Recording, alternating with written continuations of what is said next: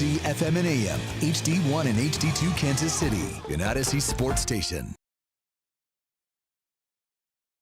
By the Fan. Right side throw, touchdown! Kansas City! A 3-yard touchdown pass in overtime. Kansas City wins the game. Welcome into The Drive with Carrington Harrison. Back-to-back best sports talk hosts as voted on in the Pitch magazine. Live from the Fan Studios. Here's CDOT.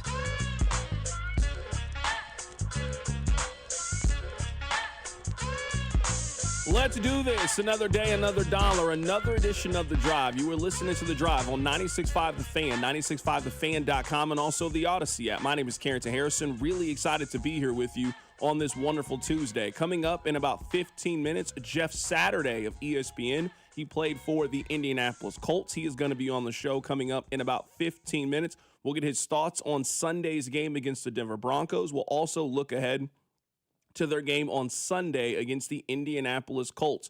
We got a lot planned in today's show. Really happy that you guys are here and making us a part of your Tuesday. Before we get into it, I need you guys to do me a couple of favors. Number one, I need you listening to The Drive each day at 2 o'clock right here on 96.5 The Fan. Number two, I need you to tell one friend to check out the show. And number three, and most importantly, I need you guys to remember that the open of the show each and every day is brought to you by our friends over at The Other Place. So if you're looking for somewhere to watch the Champions Classic later today, grab yourself a bite to eat, get something to drink, and just hang out and have a good time. Well, you know what? You should stop by and go see our friends over at The Other Place. Rob, speaking of the Champions Classic, let's talk about it to kick off the show today. Now, the Champions Classic used to feel like the unofficial official start of the college basketball season. That's when we got a chance to see the top freshmen, the top teams, the top coaches go up against one another. Now, the season starts a little earlier than that, but this is still one of the marquee events in college basketball. Duke is playing Kansas later today. We're talking about two of the best programs in college basketball. Well, we are not going to get a chance to see Darren Peterson compete later today. He is out with an injury. Here is Jeff Goodman of the Field of 68 detailing what's going on. You know, they thought it was cramps early on in the year, and it actually has been a hamstring issue that they figured out about a week or so ago, and it hasn't gotten all the way better. Now, again, Darren Peterson wants to play. He feels like he can play. He'll want to get out there Tuesday night at Champions Classic. But, you know, if you're Bill Self, you're thinking about, you know, Big 12 play, you know, NCAA tournament, having a chance to go deep in the tournament. You're not as worried about these, you know, he's been doing it a long time. He understands the value of having him at 100% when it matters most. So he's not going to put him out there. And we know how hamstrings injuries are. I mean, those things, if he goes out there and he's not at 100% and he gets it again, he's going to be out a long time. I mean, those things can keep you out for, you know, a month and a half. And then you're playing with it the rest of the year and you're playing cautious. So I think Bill Self understands he's got to protect Darren Peterson right now because Darren Peterson isn't old enough to be able to protect himself in this situation. We'll get to the Chiefs here coming up in a bit. First off, I want to say that we were wrong when it came to Darren Peterson. We were calling it load management. I don't believe that is the case. I believe that Darren Peterson has a legitimate injury, and if he's sitting out playing at Madison Square Garden against Duke, this is different than you not playing against Fort Hays State or Green Bay at home. This is a marquee game in front of NBA scouts, and you're going up against one of the other players who is believed to be in the conversation for the number one overall pick. If you could go, you would go play in this game. This is why you chose to go play college basketball. This is why you chose to attend the University of Kansas, to play in games like this. So the load management conversation is out of here, and I'm happy to stand here and tell you guys I was wrong when it came to Darren Peterson and that. This is where I think that Bill Self just has to acknowledge that the world that he lives in is changing. I think the messaging on this was kind of bad from the very, very beginning. Now, maybe they legitimately didn't know. They were calling this cramps early on, and now we have more information, more tests, more studies, and now we see that it's something different, and we're holding them out from the very beginning. I understand that there was a time in college athletics in which you didn't really have to talk about injuries and you didn't have to pull back the curtain. But when the fans are essentially paying the salary for these players, there is just going to be a measure of expectation that is placed on every situation, especially when the price tag is as expensive as it is for Darren Peterson. I don't know the exact number it was to get him there, but if JT Toppin is getting $4 million this year to play basketball at Texas Tech, I'm going to assume that Darren Peterson ain't cheap. And when you're making that amount of money to play 6 months of college basketball, hey, I want to see you on the court. I want to see a return on our investment. And I think in some ways, the way that KU messaged this thing from the very, very beginning just put a cloud around it and created suspicion around Darren Porter that didn't need to be there from the very, very beginning. This is how it should have been handled. That makes a lot of sense to me. Hey, Darren Peterson is 70, 80%.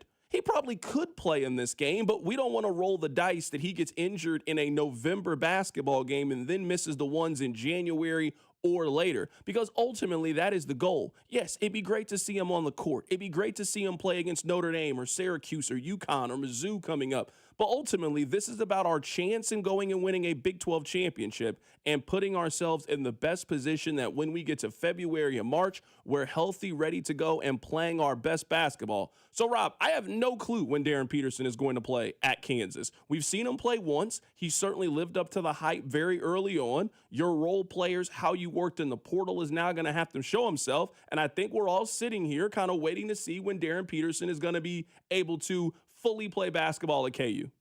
I think to your messaging point, you're correct. I think from the jump, they were treating this like a regular injury. Like, I'm just naming a player. Bryson Tiller gets hurt. The way Self played this is fine.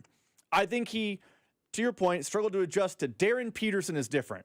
But I also think some of the speculation and hoopla and all the stuff that surrounded Darren Peterson missing actually just, 1.5 real basketball games? Like, I guess 2.5 now. He's missed Princeton, Corpus Christi, and he missed the second half against Green Bay. The hoopla that surrounded him, I think it's just the nature of college sports in 2025. Right, wrong, or indifferent, you don't have to like it, but that's what it looks like now. When a player of his caliber, football, basketball, baseball, it doesn't matter the sport, when a player of his caliber is not playing, people jump to, oh, he's protecting himself for the league. Oh, he's going to the portal. Oh, this, that, and the other. I think you're right. The messaging wasn't great, and I think Self maybe struggled to adjust to what 2025 college sports looks like. But I do think some of the hoopla around what does this mean for Darren Peterson when he's missed 2 going on 3 games, it's just the nature of the speculative world we live in now with college sports, and the fact that if this happened in 2005, no one would be saying, oh, he's definitely icing himself down for the league. That wouldn't have been a conversation. It's just the way college is now. Let's talk about the Kansas City Chiefs before we're joined by Jeff Saturday of ESPN coming up in just a little bit. I fully understand that football is the ultimate team sport. I get that. And sometimes we treat it like it's basketball, like it's Mahomes going up against Allen, or college basketball where you got 2 great coaches going up against one another. No, it is the ultimate team sport. But I think everyone would acknowledge that the way that we talk about quarterback and the amount of credit they get when things go well, or the amount of criticism that quarterbacks get when things go poorly. I am here telling you that I don't make the rules, but I also acknowledge that if the Kansas City Chiefs miss the postseason, which is a real and legitimate conversation, the only person that is going to have to wear it is number 15 for the Kansas City Chiefs. We are talking about a quarterback who is in the prime of his career. A quarterback probably 18 months ago, we were having conversations that he was quite possibly the greatest quarterback in the history of the National Football League. We're talking about a guy who before 30 has accomplished more than maybe any football player in the history of the sport. The Chiefs right now are on the ropes fighting for their postseason lives. If this team misses the postseason, it will not be Dave Tobe or Matt Nagy or Harrison Butker or Chris Jones or whomever you can throw out there. The person that will ultimately wear how this team can go to 3 straight Super Bowls, 5 of the last 6, is going to be the quarterback of the team. Because the Chiefs, on paper, have done almost everything you possibly can to support your quarterback and give him what he needs to maybe not win the division. And you got to tip your cap to the Broncos for what they've been able to do and what they've been able to accomplish so far this season. But the Chiefs needed a left tackle. They went out in free agency and spent the money, and then they doubled back and then went into the NFL draft to do it. This team didn't have weapons. They spent the first-round pick on a wide receiver, spent the second-round pick on a wide receiver. This team still has a Hall of Fame tight end who is playing at a potential all-pro level so far this season. This team has done almost everything that you can possibly do to keep your quarterback happy and to ensure that you make the playoffs on a year-in, year-out basis. One of the hardest things for LeBron is that he is always chasing the ghost of Mike, and we have always seen what Mike does in those scenarios. So when LeBron passes the ball in the final 30 seconds of a game, we know Mike wouldn't have done that. Well, I'm telling you that Tom Brady wouldn't miss the playoffs with this team. I'm telling you that a fully healthy Tom Brady with the offensive line, with the running backs, with the wide receivers, it doesn't matter. Tom Brady would figure out a way to make the postseason. So the division, it's gone. Forget about it. This team, the goal and the objective is very simple. They need to, at a minimum, go 6-1. I don't care which one of the 6 you win, but you need to win 6 of your next 7 games. I'm not saying it is all Patrick Mahomes' fault, because obviously we know that. But I also watch and follow sports, and I know that the context gets lost all the time. And if you were telling me in a year's span, the Chiefs got pummeled in the Super Bowl and then turned around and missed the postseason, you might think that it's fair, unfair, any of those things. The person who will ultimately wear the biggest brunt of that responsibility is going to be the quarterback of the team. Coming up on the other side, we'll be joined by Jeff Saturday of ESPN. We'll get his thoughts on Sunday's game against the Broncos and also look ahead to their matchup against the Colts. That's coming up. Keep it right here. It's The Drive. The Drive with Carrington Harrison on your new home for Chiefs football. 96.5, The Fan, brought to you by DM Injury Law. Have you or a loved one been in a car wreck? Contact DM Injury Law today and get the money you deserve. Car wreck? Remember, Mike's got this. Our biggest deal is back. The Tires at Cost sale at Telly Tire and Auto Centers. You pay what we pay. No gimmicks, no catch. All in-stock tires from Telly's huge inventory at cost. Plus mounting and balancing by certified tire technicians for only $27.95. The top brands, the lowest possible prices, with a 30-day ride guarantee and lifetime tire protection. There's never been a better time to replace your worn-out tires. These unbeatable savings won't last long. Hurry and reserve your tires today. Take care of your car. Take advantage of our sale. Take it to Telly. Additional charges apply for junk tire disposal and road hazard warranty. Extra, read all about it. The Fed just cut interest rates again, and that means now is the time to refinance with Golden Oak Lending. Lower rates mean lower payments, and our customers are saving hundreds every month. Plus, you can make no payments until next year. And if your loan doesn't close, we'll pay for your appraisal. Call 913-890-GOLD today and start saving. Golden Oak Landing, cured my blues. NMLS number 114937. Nationwide is so much more than a great insurance company. They're one of America's largest financial services companies. Like how I'm more than Saquon Barkley, the NFL's reigning leading rusher. I'm also the NFL's leading husher. Hey, shh. Nationwide Investment Services Corporation, member FINRA, Columbus, Ohio. Get ready, Missouri. Kickoff is near. The world's largest sports book is coming to your fingertips. Circa Sports, it's sports betting the way it should be. With high and transparent app limits, low holds, and exceptional customer service. Start betting like a pro in Missouri on December 1st. Learn about your new bookie today at circasports.com. The world's largest sports book at your fingertips. Circa Sports launches December 1st. Hey, Chiefs fans, Crown Royal is the official whiskey of the Kansas City Chiefs. And this season, it's not game day without the generous spirit of Crown Royal. Whether you're at the tailgate, in the stands, or watching from home, Crown Royal is the reason and the reward for coming together. Grab a glass with the Crown Royal rig at a stadium near you, because we'll be sharing the generous spirit with fans across the country. Crown Royal, fueling game day with a generous spirit. Visit www.crownroyal.com/Royal Rig for more on the Crown Royal Rig Tour. Please drink responsibly. Play Kansas Lottery's holiday scratch tickets for a chance to win up to $100,000 instantly. Enter tickets into Play On for a chance to win bonus drawings. See kslottery.com. If you've been diagnosed with moderate to severe plaque psoriasis, this is what it sounds like to be a million miles away. Imagine being a million miles away.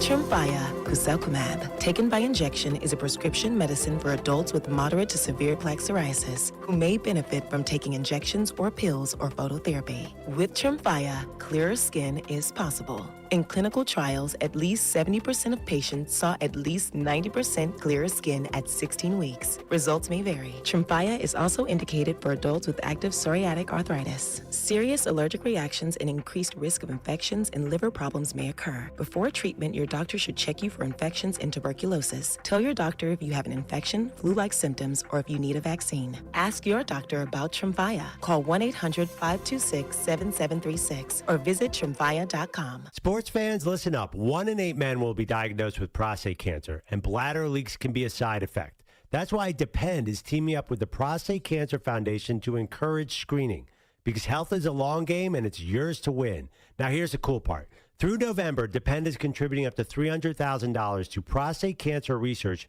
by donating 25 cents for every purchase of Depend Shields, Guards, and Real Fit products. Void in Mississippi? Learn more at depend.com. At Audion Hearing, our mission is simple: to make better hearing affordable for everyone. This Black Friday, enjoy exclusive savings on our high-quality rechargeable hearing aids. Clear, comfortable, and ready to use right out of the box. And here's a study worth hearing. Research shows that wearing hearing aids can reduce your risk of dementia by up to 61%. Join over 1 million happy customers and shop Black Friday deals before they're gone at audionhearing.com. That's AUDIEN hearing.com. What's good, y'all? It's Von Miller, Super Bowl MVP, Sackmaster, and now your host of Free Range. This is where NFL meets real talk. Every week, I'm bringing you inside the game, from locker room stories to league-wide headlines. You want football IQ, locker room insight, and real conversations with the people shaping the league? Welcome to Free Range with Von Miller, where nothing is off limits and every down counts. New episodes every Wednesday. Listen and follow Free Range with me, Von Miller, wherever you get your podcast. You're listening to 96.5 The Fan from the DM Injury Law Studios. Mike's got this. Hey, it's Rashee Rice from the Kansas City Chiefs. Welcome back to The Drive with C-Dot on your home for Chiefs football. 96.5 The Fan. We are expected to be joined by Jeff Saturday here coming up in just a little bit. We'll get his thoughts on what happened against the Broncos on Sunday. We'll also look ahead to their game on Sunday against the Indianapolis Colts. We led today's show off talking about Darren Peterson. Darren Peterson is not going to play in the game today against Duke. Jeff Goodman gave us the reason why. Peterson is not 100%. Self wants to make sure that he's 100%, and the goal is to make sure that he's healthy and available by the time they get to conference play. We also were talking about the Kansas City Chiefs, and I understand that football is the ultimate team game, and the Chiefs' problems are not Mahomes and Mahomes alone. But we also know how sports works, and if this team, after going out and shoring up the offensive line, investing in the wide receivers, Kelsey is having a fantastic season. If this team misses the postseason, the person who is going to receive the highest bit of criticism for their failures, it is going to be the quarterback of the team, especially when you look at his numbers from a couple of years ago and you see the decline in his production, despite the Chiefs giving him more and more things. They've invested in the offensive line. They've paid their left tackle, or they drafted their left tackle, paid their right tackle, center, right guard. They've spent high draft picks on wide receivers. You can't say the Chiefs haven't tried to put talent around Mahomes. Now, I wish they had done more in the running back room, and we talked about that throughout the season, but you can't say that this is a team that doesn't have the talent, that they should be on the outside looking in when all of the dust is settled when it comes to them making the NFL playoffs. We're expected to be joined by Jeff Saturday here coming up in a little bit. Let me play this for you guys first. Here is Dana Hughes. He was on the morning show earlier. He was asked if the Chiefs were predictable on Sunday. I would have thought that the bye week would have done a lot for that because we talked about this last week in regards to self-scouting, et cetera, and I just don't know. I mean, I thought during the game, one of the more peculiar sequences was, I believe it was 3rd down and 2, where they had the L formation in the backfield, and Patrick had play action, and we couldn't convert. They tried to leak Brashard Smith out to the right on a flat route. I thought that was pretty peculiar because with Brashard Smith in the backfield and play action, I don't know how that goes together because we're not really handing him the ball. So, like, those are the situations where you would think, okay, the bye week was here. We learned a lot about ourselves. Here are some things that we need to do. Either we need to hand him the ball more so that we can run play action, or we need to have Kareem Hunt in the game so that people will buy into the possible play action. So that was Dana Hughes earlier today on the morning show talking about the Chiefs and their offense. As we wait for Jeff Saturday, I was having this thought about the Chiefs, and follow me here, 913-586-7965. I think all of Chiefs Kingdom, and I think this goes for the team, I think this goes for the front office, I think this goes for the fan base, I think this accounts for everybody. I think the Chiefs have walked around for the last 3-4 years thinking that some of the truths of the National Football League don't really apply to them. And I think the message that you're learning this season is that it can happen to anybody. I think the Chiefs in some ways have stayed stagnant when they had an opportunity to maybe breathe some fresh air into this team, maybe breathe some fresh air into the running back room, breathe some fresh air into the defensive line and various parts of the team. For the most part, the Chiefs at almost every single turn have chosen to remain the same. And you know that saying, if you are not improving, if you're staying stagnant, then you are getting worse.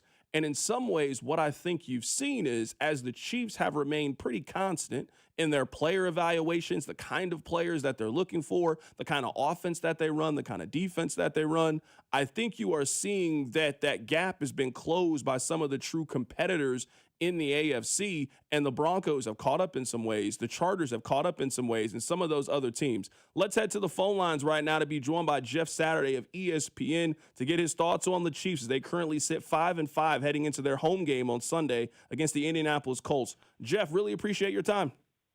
Yeah, glad to be here. How you doing? Doing fantastic. Let's start with this. What surprised me most about the Chiefs on Sunday is I'm used to the Chiefs being the team that closes. We've seen them in Super Bowls. We've seen them in AFC championship games. If it's going to be a one-score game with 5 minutes to go, the Chiefs are usually going to make one or two more plays and find a way to win. But it was the Broncos that made those plays, and it was the Chiefs that made the one or two mistakes that ultimately led to them losing on Sunday. Yeah, and listen, man, I think honestly we kind of fell in love last year with all the Chiefs wins and the massive ways they came back and made things happen, and whether it's blocking kicks or big plays at the end. And I want to say they were 11-0, 11-1 maybe last year, and they're 0 for I believe this year. And I part of that's just regressing, to the mean, right? Like it happens, right? It's tough in the NFL for things to go your way. But I will tell you, man, as I watched the game, like Denver got after them, and I was shocked a bit because I think I had the expectation you did. Like I thought the Chiefs after the Bills loss, that they'd come back a little bit more, for lack of a better term, angry about and look a little bit different. And I just felt like, especially a division opponent who's leading the division. It's time to start making your way here, and I just felt like they just didn't respond the same way. But there's some things that I've been saying that I've been mocked at work, here at ESPN about. I just don't see some of the things that I've seen in the past. I just don't see. I don't see their run game being nearly as effective or physical than it has in the past. And I know, Andy Reid's never been identified as a big, run-heavy guy. But typically as seasons go on, they get more efficient and more physical, and he actually dials it up a little bit more. I haven't really seen – I've seen Mahomes, like the clock in his head is sped up. Like you see kind of decisions that he's making, he feels hurried. And it may not necessarily be the rush every time, but it's the threat of the rush where he's been hit. So just some things that you see. And then, like you said, on the defensive side, man, they're not quite closing it out, right? You have expectations that it's going to be a Chris Jones, slap rip, and all of a sudden he's taking the QB down or whatever it is, and for whatever reason they just haven't put it all together yet. I've been really hammering the run game, so I'm happy that you said that. As a former offensive lineman, what are you seeing? Because I'm looking at the contending teams, not just in the AFC, but also in the NFC. Man, all of those teams have an identity when it comes to running the football. You don't have to be the best team in the league, but you got to be able on a 3rd and 4, trust that you can run the football and your line, and you can win the line of scrimmage with the offensive line. I'm not seeing that from the Chiefs. What are you seeing as a former offensive lineman? Why do you think the run game is so stagnant in Kansas City? Yeah, I agree with you. I think when you look at it, there's just not a lot of pop. Like, not a lot of guys getting driven off the line of scrimmage. But the other part of that kind of goes hand in hand is like how many's, right? Like if you look at Seattle's run game, you would not say they're an efficient run team, right? Like they don't necessarily run the ball well, but they'll dial up a whole bunch of runs, right? Like McDonald's going to make sure their offense puts the ball on the ground and at least has attempts. And to me, what that does is it fatigues the defense to a degree, is that you're giving the defense something else to think about, something else to prepare for, whether it's different personnel. I feel like with the Chiefs, man, half the time, like you're thinking, hey, they ain't going to run this thing. We're going to pin our ears back and we'll stop the run on the way to the quarterback. But we're betting the averages that it's going to be a pass. And I think that's hard to do for offensive line, man, especially week in, week out. And they haven't done a great job even, protecting Mahomes at times. Again, this is not sacks necessarily, or even pressures, but it's the condensing of the pocket, it's the pushing, it's the making him hold the ball a little bit longer than he wants to. And I think all those things contribute to your run game just not being as effective. Right now, we're talking to Jeff Saturday of ESPN. He played for the Colts. We'll get to their matchup against the Colts here coming up in just a little bit. A lot of the conversation that I've seen from the national level has been about the aura of the Kansas City Chiefs. I think they lost some of that when they got beat the way that they lost in the Super Bowl against Philadelphia, and I think you've just seen it eroding over time. To hear Sean Payton say that the Chiefs are a first-half team, given some of the comebacks I've seen from them, was just a very telling thing. Do you believe that? Do you think the Chiefs still have that aura, or do you think it's gone? No, I think it's like anything, right? Like as teams around you get better in your division, right? You saw the Chargers start off with a win. Now you've seen the Broncos, right? You've seen the Jags be like, just to your point. It's a what have you done for me lately league. And as good as they have been, throughout the years, I think part of that is just teams feeling like they catch up. And when your division opponents catch up with you, that kind of shows your hand to the league, right? So when they're walking away with these AFC West and, no one's even coming close to them, you feel a little bit different. And to your point, I think people feel like they're closing the gap. And look, man, let's be real about this thing. Like, the Chiefs have played a lot of football, man. I mean, like whole extra seasons, you know what I mean, with all the playoff games that they played. They played in some massive games, and everybody's giving them their best shot. This is not a team that typically does a lot of noon starts, right? These are going to be primetime big games. Circle it on your schedule if you're the opposing team. And I think all of those things kind of play into vulnerability for a team. But again, you don't ever write off Mahomes. You don't write off Reed. Spags does a great job. I think their big players got to start making some plays in big moments. I've been calling these teams the new money teams, how the AFC has been dominated. It's been Kansas City, Baltimore, and Buffalo. Those have been the top three teams. It's a little bit different this year. Kansas City's a little bit down. The Ravens have certainly played better of late, but we're talking about a 500 team. The Bills are in second place in their division. Out of those new money teams, so Indianapolis, Denver, and New England, which one of those teams do you believe in the most? Oh, that's a great question. I'd probably say the Colts right now. And I think with their explosiveness on offense, Steichen's done a great job with Daniel Jones. Jonathan Taylor, man, is playing an MVP season. And anytime that you can run the ball the way they've been able to run it, and then spread the ball around, whether that's Pierce, whether that's Pittman, whether that's Warren, Josh Downs, again, getting the ball back out to JT in the flats, letting him make plays. And they're getting better on defense. They're kind of a stingy team, and they've been able to put points on just about everybody. And the one game that they really played, I would say they kind of laid an egg against the Steelers. And that was, offensive line played bad, right? Their tackles got pushed around. They got a lot of pressure on Daniel Jones, strip sacks, all those kinds of things, interceptions. But when you look at them, I think they're a very complete football team that if they're playing to a high level, they're tough to beat. And then after that, I would say probably the Pats and then the Broncos. The Pats, Drake May is playing, freaking lights out. Vrabel's got their defense playing much better. And early in the season, they were giving up explosive plays on that defensive side. They've tightened up. So all three of those teams, and Denver's got the best defense to me probably in the league. Anytime you get the best defense, man, you got a shot in every game. And so I would say Nix is probably a little more, errant. He can throw a wild one every now and then. So you would say it, you'd kind of stack it that way. But I think all three of those teams are very legitimate competitors and all have a shot to take it deep into February. Right now, we're talking to Jeff Saturday for a couple more minutes here. Jeff, let's transition to the Colts. You just mentioned them. I feel like the big question with the Colts really comes down to Daniel Jones and his ability to protect the football. That was an issue for him in New York. It's been an issue with him so far in Indianapolis. When he protects the football, he really gives them a chance. But I feel like there's a portion of NFL fans that are kind of waiting for that other shoe to drop with him. 100%.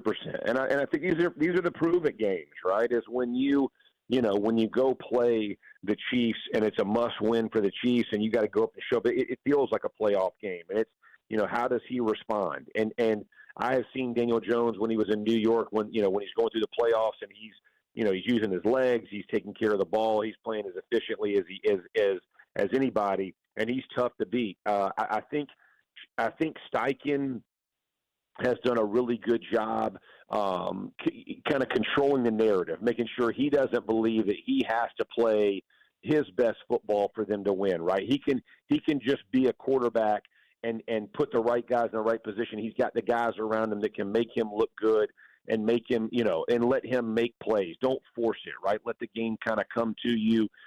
Cutcliffe, who was his coach at Duke, is there, and I think he's done a good job of just helping him in the building. And so, I like the way it's set up. I think from Daniel Jones' perspective, he's kind of got the same Sam Darnold and that thing is what happens in big moments. But I mean, all you can go is on how he's played in this system, and he's been pretty effective other than that in that Steelers game, in my opinion. And again, that one I kind of attribute not only to him but to the offensive line as well.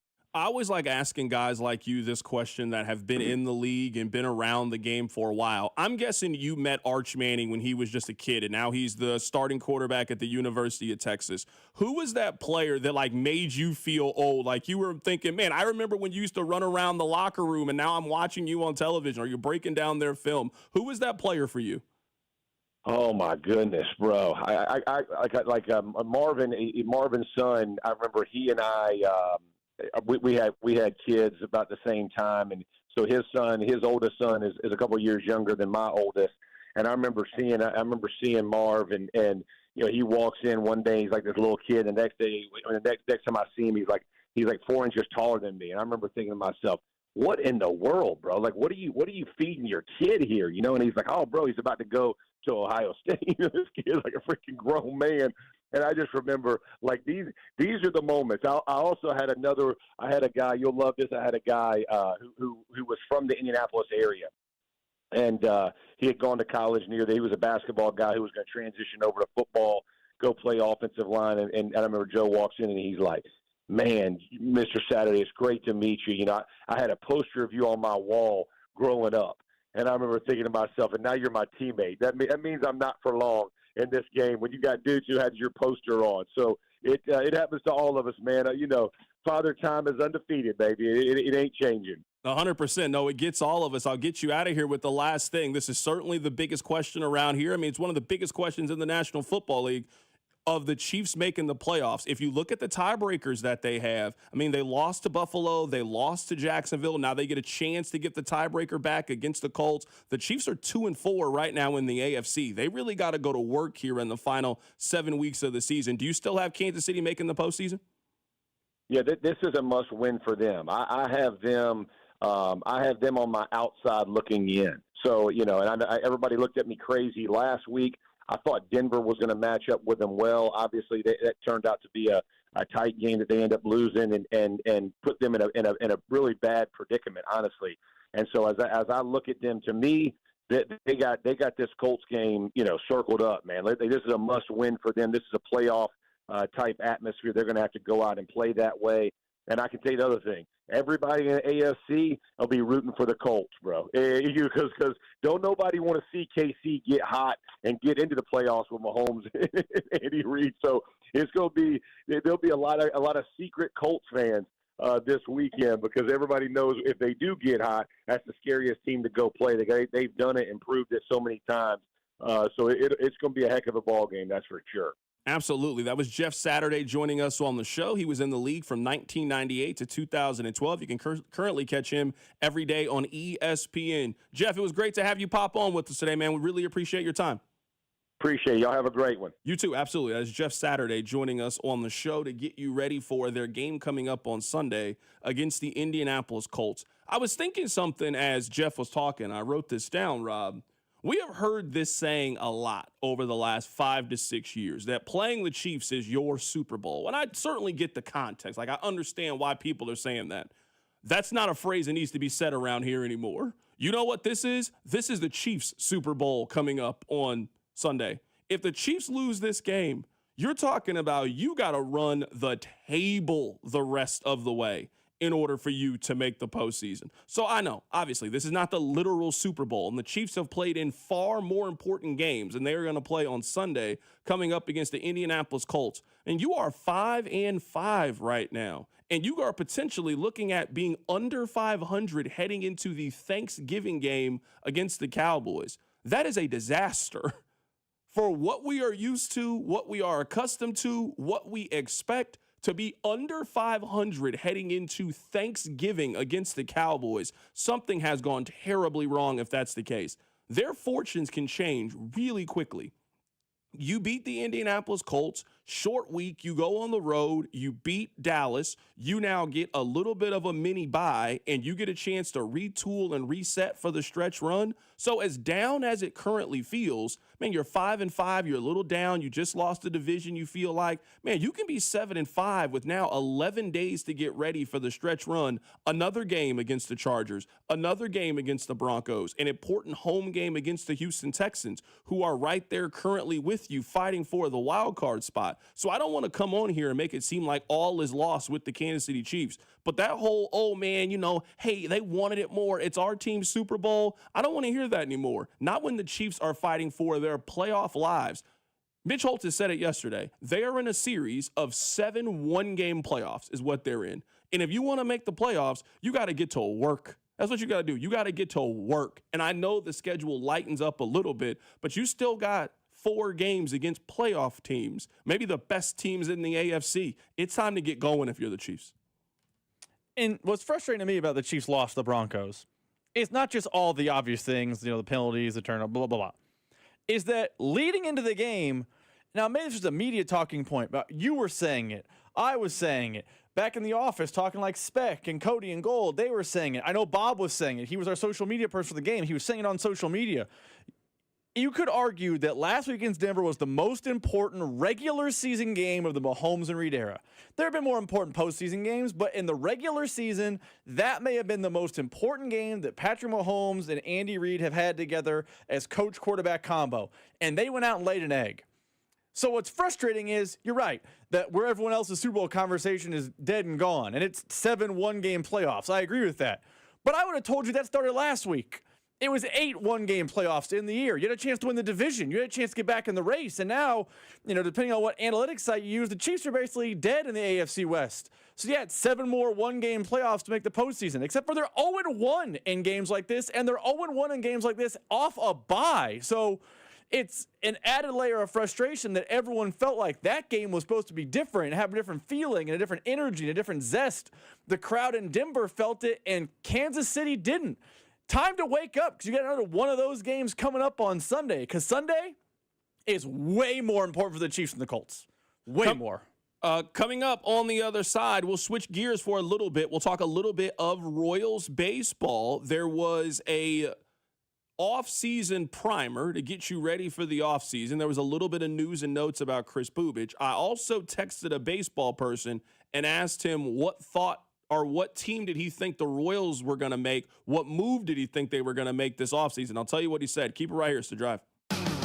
The Drive with Carrington Harrison on your new home for K-State Athletics. 96.5 The Fan. Brought to you by DM Injury Law. Have you or a loved one been in a car wreck? Contact DM Injury Law today and get the money you deserve. Car wreck? Remember, Mike's got this. Hellsberg gifts checked off the list. Now, time for wrapping. Earrings for Mom. A gold bracelet to match the rings Danielle wears every day. And for Dad, a new watch, because we all know he needs one. All right, this is going to be a good one.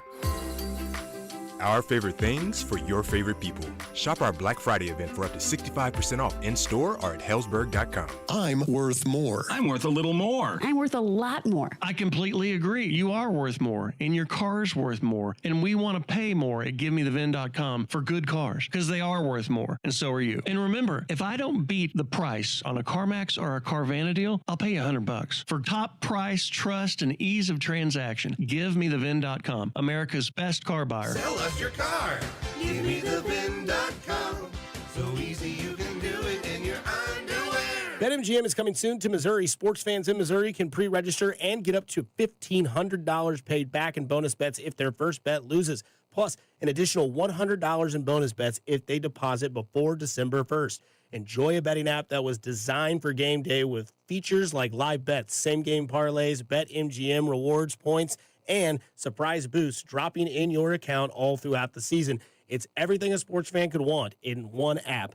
BetMGM is coming to Missouri on December 1st. Pre-register today. BetMGM, make it legendary. Gambling problem? Call 1-800-GAMBLER. See BetMGM.com for terms. 21 and older only. Missouri only. New customer offers subject to eligibility requirements and minimum deposit of $10. Bonus bets are non-withdrawable and expire in 7 days. Please gamble responsibly. Pending BetMGM's licensure as a mobile sports wagering operator with the Missouri Gambling Commission register for a Missouri online sport wagering account starting 11/17. BetMGM's insurance of welcome offer is conditional on full. Score big savings with Hy-Vee and the Kansas City Chiefs. Big points mean even bigger savings. Just shop Hy-Vee the day after a game and earn a fuel saver discount equal to the Chiefs score and based on the amount you spend. If the Chiefs score 42 points, you save 42 cents a gallon with any $42 purchase. The more we score, the more you save. Win or lose, everyone scores the day after a Chiefs game only at Hy-Vee. Offer good in-store and online. Some restrictions apply. See store for details. Imagine this. It's Thanksgiving Day, and instead of juggling pots and pans, you're actually enjoying it. Hy-Vee's got your holiday covered with convenient pre-made meal packs for any size gathering. Fresh, ready-to-heat favorites like juicy turkey, honey glazed ham, or prime rib, plus all the classic sides, rolls, and desserts. And don't forget to swing by the wine and spirits department to make it a feast to remember. Pick up your meal the day before, heat it up, and serve it like you cooked all day. This Thanksgiving, let Hy-Vee do the cooking. You get the credit, only at Hy-Vee. This is the story of the one. As a custodial supervisor at a high school, he knows that during cold and flu season, germs spread fast. It's why he partners with Grainger to stay fully stocked on the products and supplies he needs, from tissues to disinfectants to floor scrubbers. All so that he can help students, staff, and teachers stay healthy and focused. Call 1-800-GRAINGER, click Grainger.com, or just stop by. Grainger, for the ones who get it done. Another app for inventory, one for CRM. Oh, don't forget accounting. Wait, which login was that? Or you could use Odoo, one fully integrated system that does it all without the hassle. Ditch the app overload. Get everything your business needs on one platform. Try Odoo free today at odoo.com. That's ODOO.com. Are you tired of online threats? Then get an antivirus. It's the only online protection you will ever need. Disclaimer, an antivirus is just half protection online. It will not protect you from snoopers or encrypt your online traffic. So this Black Friday, get better online protection with NordVPN. NordVPN will encrypt your traffic, protect you from malware and phishing, and stop annoying ads. Get the NordVPN Black Friday deal with 73% off and enjoy 3 extra months. On the golf tee, it's Skechers World Champions Cup. Watch it live December 4th and 5th on ESPN and ESPN Plus, 12 to 4 p.m. It's PGA Champions Tour golfers from all over the world. Team USA versus Team Europe versus Team International. Watch it live December 4th and 5th on ESPN and ESPN Plus, 12 to 4 p.m. The competition will be tense, but feet will be comfy. Tune in to Skechers World Champions Cup. Final round of golf on Sunday, December 7th on ABC, 1 to 5 p.m. This afternoon, expect sunny skies with a high of 65. Weather brought to you by Staples. Have an easy holiday at Staples. Save on top tech and gaming gifts, shipping supplies and services to get your packages there safely, even custom cards and wrapping paper. Staples. That was easy. Hey, it's Lucas Ursig from the Kansas City Royals. You're listening to The Drive with C-Dot on 96.5 The Fan.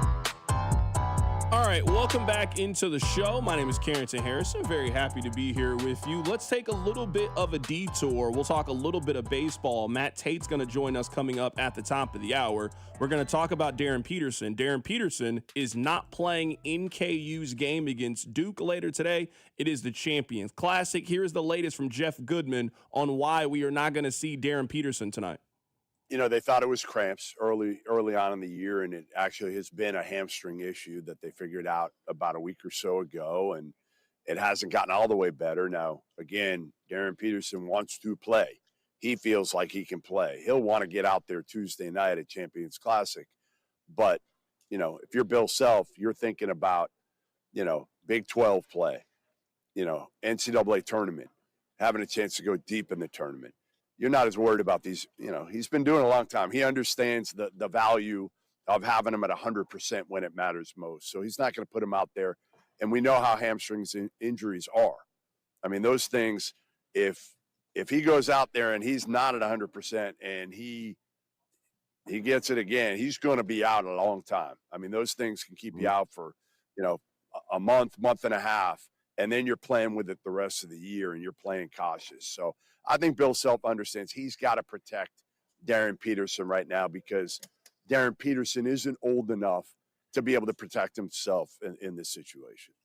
So we'll talk to Matt Tate about that here coming up in just a little bit. I don't think I'm speaking out of turn by telling you who this person is. So I was reading an article today on ESPN.com, and it was written by Jeff Passan. So I texted him. I said, hey, if the Royals make a move for a bat, who do you think that would be for? This is what he replied and told me. He said, I would try to move some of the Royals minor league pitching to try to get one of the outfielders or one of the guys from the Red Sox. And then I said Duran, and he said, I'd prefer Abreu, but sure. So that is from Jeff Passan about what the Royals could potentially do. Rob, what do you make of that? If the Royals use some of their minor league pitching, we can talk about who you think that could potentially be to try to go grab one of these bats. And I do think that one of these guys is going to be traded this offseason. We'll see if they get traded to Kansas City. But he replied, I would try to trade some of the minor league pitching for one of the Red Sox guys. What do you think of that idea from Jeff Passan? I would tell you as a Royals fan, that is a, you know, full-scale celebration because the prevailing wisdom, I don't want to say it's bad wisdom, has been the Royals are going to have to get rid of a major league starter to get a bat.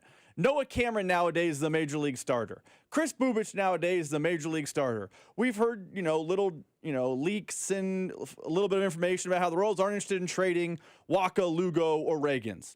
If the Royals are going to get rid of one of their minor league arms and get a bat like Abreu or Duran or someone of that caliber back, that's a massive win for the Royals this offseason because I come from the era, and I think all Royals fans come from this era, where the Royals didn't have an abundance of young starting pitching to the point where you were okay getting rid of some of your minor league pitching to go get a bat. And the fact that it feels like, and maybe I'm putting words in his mouth, that he's saying minor leaguers makes me think Cameron, Lugo, Waka, that grouping is off the board, off the table, and you can still get a Durant type is an absolute win for the Kansas City Royals. I don't know the player the Red Sox want. I don't know if it's, Mazzucata. I don't know. But if I'm giving up a minor league pitcher because I have a surplus and I'm getting a major league bat, I would have a celebration in Kansas City. That'd be a huge win. So I'm looking at Abreu's deal. So he is under arbitration right now. The estimate right now in Spot Track is around $120,000. He has pre-arbitration next year in 2026. And then you got 3 years of arbitration. So 27, 28, and 29. So from a cost-effective standpoint, you're looking at a very, very good place. He's also 26 years old. Last year, Abreu, he hit 250, 22 home runs, and 70 RBIs. As I said, if you look at the Red Sox, they're just probably going to have to trade one of these guys. They're just kind of running out of bats. So funny enough, as I'm reading this passing article, in back-to-back paragraphs, so it says this about Chris Bubich. Teams are trying to pluck some of the Royals' rotation depth, but because of the shoulder injury that prematurely ended his season, the offers are expected to be too light to get the Royals to bite. The next blurb is about hitters, about offense. It then talks about those two, talks about Duran and Abreu for the Red Sox. The Red Sox almost surely will have to deal one of them. There aren't enough bats in the lineup for both of them, especially if the Red Sox want to go out and add another bat in free agency. So if you are wondering what the Royals could potentially do to bolster their offense and shake things up, I mean, the answers are starting to appear. It appears Boston is a team that you know is going to be selling a bat, and you need a bat. They're also trying to pick up some starting pitching or round out their minor leagues. I also think you can look at the Angels as being a team that they're also maybe going to be movers and shakers, and they're possibly going to be selling off some parts, and you can make a deal with them. So just something to keep in mind as we are getting closer to the, I would say, the official start of the baseball offseason, when you start to see a lot of these moves come together and who the Royals could potentially target. I mean, this is what smart organizations do. The Red Sox have a plethora of bats. They can't keep all of them. You need a bat, call and get one. And no disrespect to the Royals minor league pitching, if you can get one for 85 cents on the dollar because the Red Sox are in a jam, the Red Sox are in a situation where they have too many bats and not enough spots in the lineup, that's a near perfect offseason. It's not a cure-all. Whether it's Abreu or Duran, I'm not saying like that's the same as Babe Ruth coming into town. Now the Royals offense goes from one of the worst to one of the best. Watch out. But if you can get a guy for a little bit of minor league pitching cost and you can get a starting bat back, and now you can kind of attack the rest of the offseason in free agency with maybe some extra monetary resources, man, we'll be talking a lot of Royals baseball in February and March, because that would be a team that is primed and ready to win the AL Central. They got to do it first, but the news and the leaks we're getting are all positive about the Royals. Coming up at the top of the hour, we'll be joined by Matt Tate, who covers the Kansas Jayhawks. We'll get his thoughts on Darren Peterson, who is out for today's game against the Duke Blue Devils. Let me play this news story for you. Rob, the millennials, the Gen Zers, they're not going to fast food places the way they used to. Gen Z are eating out less because even fast food is getting too expensive. It's really the price that has stopped me. That spells trouble for big chains like Chipotle, which is having a harder time getting Gen Z through the door. The brand hasn't sold as much as it was expecting to this year. What we've noticed is a category slowdown for the 25 to 34-year-olds that are under the most financial pressure. And Chipotle isn't the only chain noticing a pullback. McDonald's recently said it isn't expecting as many sales from low-income diners next year. So how did fast food go from budget-friendly to overly expensive? We are seeing higher labor costs, higher food costs, and therefore the average eater check when you go out is higher than it has been in years past. The price of ground beef, for example, has skyrocketed. 1 kilogram now costs more than $14. 5 years ago, that number was closer to $9. So a lot of these chains are trying to win back cost-conscious consumers with promotions. Yeah, man, it starts adding up over time. Rob, back in the day, you could get 3 or 4 things for $5. We had a real dollar menu back in the day. You could get a McDouble, you could get a fry, you could get a drink. You could be in and out of McDonald's for $3.50, $3.75. Not anymore. That's not the way that it goes. I mean, Rob, when's the last time you got a combo from McDonald's? I literally can't remember. Like, honestly, at that point, if you're going to get a combo from McDonald's, I'll just go get some food from somewhere else. Like, at that point, if I've made a decision I'm going to spend $11, the $11 I got is not going to McDonald's. It'll go to Chick-fil-A. I still eat at Chipotle. I probably eat there the most out of any of these locations. But, yeah, McDonald's, they got too big for their britches. Bring the dollar menu back. I love when I could get 2 apple pies for $1. That's what we need. Bring it back. Coming up at the top of the hour. Examples, the apple pie was your example. The worst food item they have. Come on. Don't do that. All right. We got a KU interview coming up. I'll cancel it. All right. Right now. Hey, Matt Tate, I appreciate you. We're busy. We're moving on. We got Matt Tate coming up in just a little bit. We'll ask him what's really going on with Darren Peterson. We'll see if we'll find out. Keep it right here. It's The Drive. The Drive with Carrington Harrison.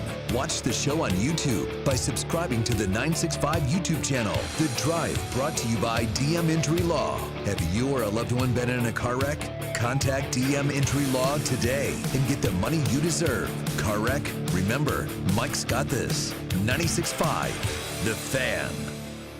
The holidays are right around the corner, and that means you're going to be doing a lot of cooking at home. So as we get closer to the holiday season and you're starting to prep those meals, you got to make sure the flavor is right. And the flavor can be right if you go get some of that classic Gates seasoning. They got 4 different flavors. They got extra hot, they got original, they got the sweet and mild, and of course, they got the Gates salad seasoning, And as I've been trying to cook a little bit more, I'm trying to be a little bit more health conscious. I'm getting older. I got to take care of myself. I got to use the right seasoning. Today, when I was making breakfast, I was making some eggs. I put a little bit of that Gates seasoning on there to put my eggs over the top. It's great with a lot of different things. Green beans, spinach. Put that in your food. Put that in your meal as you're getting ready for Thanksgiving. You're getting ready for the holidays.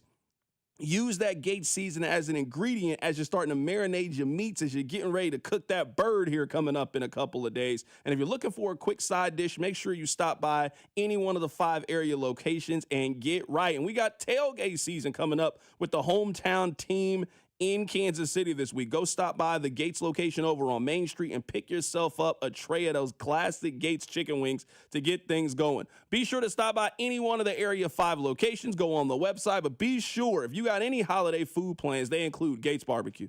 Get ready, Missouri. FanDuel, America's #1 sportsbook, is coming soon.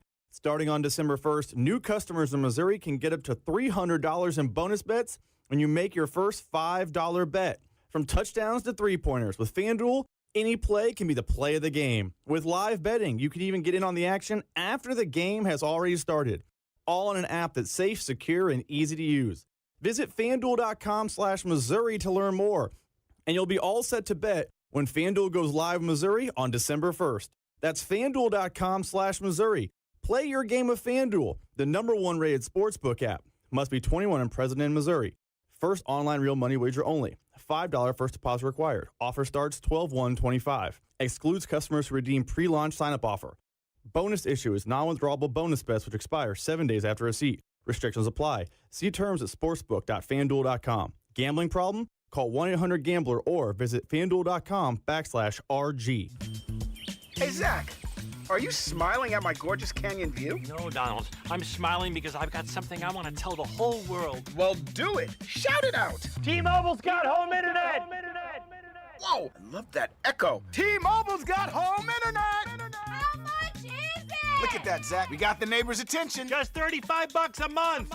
And you love a great deal, Denise. Plus, they've got a 5-year price guarantee. That's 5 whole trips around the sun. I'm switching. Me too.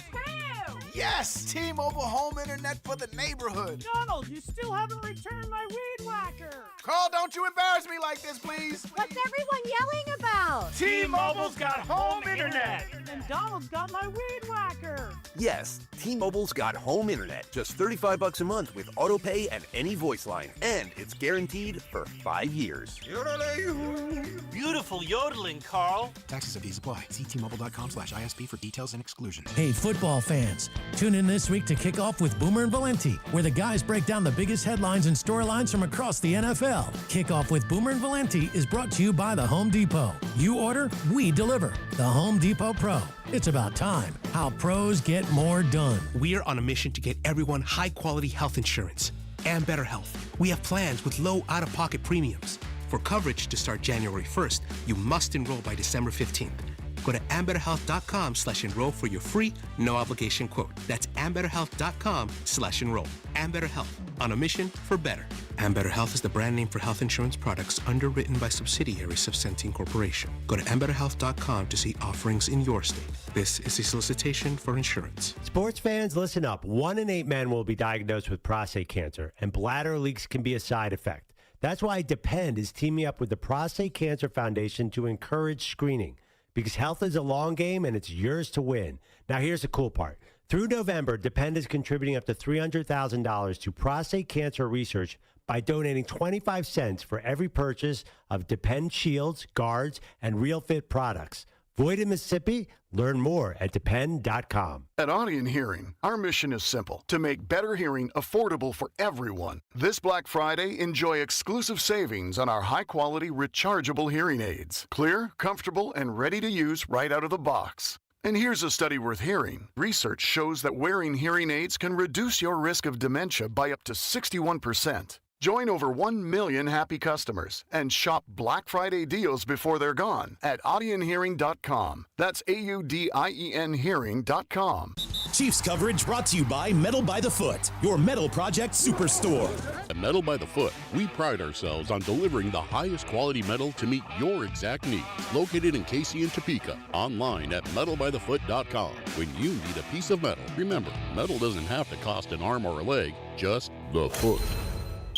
Hey, it's Creed Humphrey. The Chiefs Radio Network pregame show starts 3 hours before kickoff, right here on your home for Chiefs football, 96.5 The Fan. KFNC FM and AM, HD1 and HD2, Kansas City, an Odyssey sports station. Let's head to the phone lines right now to be joined by a friend of the show, Matt Tate. He is with R1S1 Sports covering the Kansas Jayhawks. Matt Tate, how you doing, my man? I'm doing fabulous, man. How are you? Doing good, man. Happy to have you on here. So I had to issue an apology earlier. I thought that Darren Peterson was load managing. I thought Darren Peterson was looking at the schedule and then said, you know what, I'm not playing against Green Bay or Tennessee Tech or any of these teams. Wake me up when they play the important games. Well, they got an important game today, and he is not playing, and they have issued a statement saying he's going to be out for a little bit. You are as plugged into this KU basketball program as anybody. What are you hearing? What's going on with Darren Peterson? Yeah, you weren't alone in thinking what you were thinking, that's for sure. I think over the last, what's it been, a week and a half, something like that, feels in a lot of ways like it's been 2 months already. But there were really 3 schools of thought. I think that was one, and understandably so. But yeah, the idea of not playing not only against Duke, but in the Garden. Like, if you're sitting that one out, then this isn't about just playing the big games. So that one's probably gone now. The other one was definitely that he's hurt. It's legitimately an injury, and that it's something that people should be a little worried about and maybe be concerned about long term and all that. And then the third camp, which I think is the closest thing to face value that we've seen, is basically what Bill Self's been saying all along. He's not 100%. He doesn't feel quite right. And until he is, I'm not putting him out there, because the idea of winning the war is way more important than winning the battle. And it's hard to argue with any of it, really. Even the load management scenario. I mean, I don't hate that. This is 2025, right? This is the world we live in now. And so, it's really hard to argue with any of them. I wrote something the other day that said, what if it's all 3 of them? And I still think that could be the case. I mean, I think if tonight were for a national title, maybe he would go, right? But the other thing that's crazy about this is that the thing that stood out to me the most about what Bill Self said after that Princeton game was not that, we won't have him for the immediate feature and we've got some things to discuss and all that, but it was the reminder that, hey, man, we've seen Darren and he's looked pretty good, but imagine how good he will look if he's free of mind and fully healthy and can trust it and not worry about it and just go. And when he said it that way, I was like, yeah, you might have a point there, because that's the dude we've been sold, right? And to some degree seen.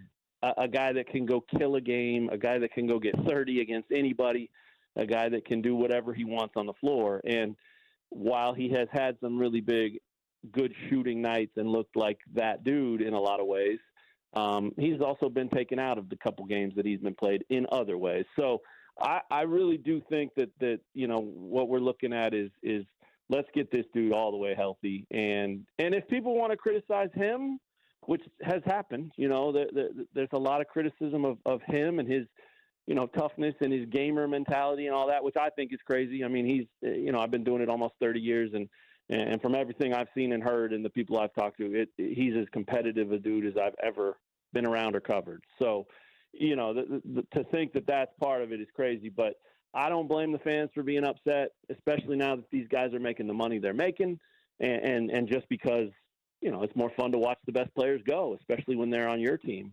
But at the same time, I don't blame Darren one bit, man. If Darren was my son, I'd be all for sitting him out until he is 1,000,000% healthy. So it does suck because it does seem like, something's off here. But at the same time, I think the best move, at least for now, is to take it all at face value and hope it heals up pretty quick and see what he looks like when he gets back and then move forward from there. But I don't think he's played his last game as a Jayhawk. I don't think that that this is anything, that's going to get crazy and spiral out of control. It certainly could. I've been wrong before, but I don't feel that right now. Right now, we're talking to Matt Tate with R1S1 Sports, who covers the Kansas Jayhawks. I'm just spitballing here, and tell me if you think I'm off on this. I think the goal is maybe to get him back for that UConn game. They have the game against UConn. They play Missouri. They play at NC State. I mean, we're talking about 3 good opponents there that could really help boost the RPI. That gives him a couple of weeks to kind of sit down. He misses the Vegas games. He misses this game in Madison Square Garden. He comes back for an important home game, really 2 home showcases. I know the game against Missouri is at Sprint Center, but that's a home game. It's playing in front of your NIL, in front of your boosters, doing all those things. If I had to guess, I think the plan is to sit him out and try to bring him back early December. What do you think of that plan? I don't think you're crazy at all, and it's very possible that's how it plays out. I've kind of had it the other way in my head. I think that Vegas thing is, I'm not saying that the tournament or the organizers or any of those people are in charge of this decision either, but they want Darren Peterson to play. There's no doubt about it, right? I mean, that thing is called the players era. There is no bigger player in college basketball right now than Darren Peterson probably. So they want him in that game, and maybe there's been some discussion there. I haven't heard that there has, but it wouldn't surprise me if it's sort of like, hey, it'd be nice to have him out here if you guys can make that happen, that type of thing. In some ways, I think it would be even more likely that they'd be willing to sit him against Mizzou than sit him in Vegas, especially because that's the whole thing about that tournament is it's pay for play. It's you make money if you win, right? And they're really pushing that, and that's where this whole thing's going. I think not with Peterson, but the college basketball world. I think we're going to see a lot more of those types of events pop up.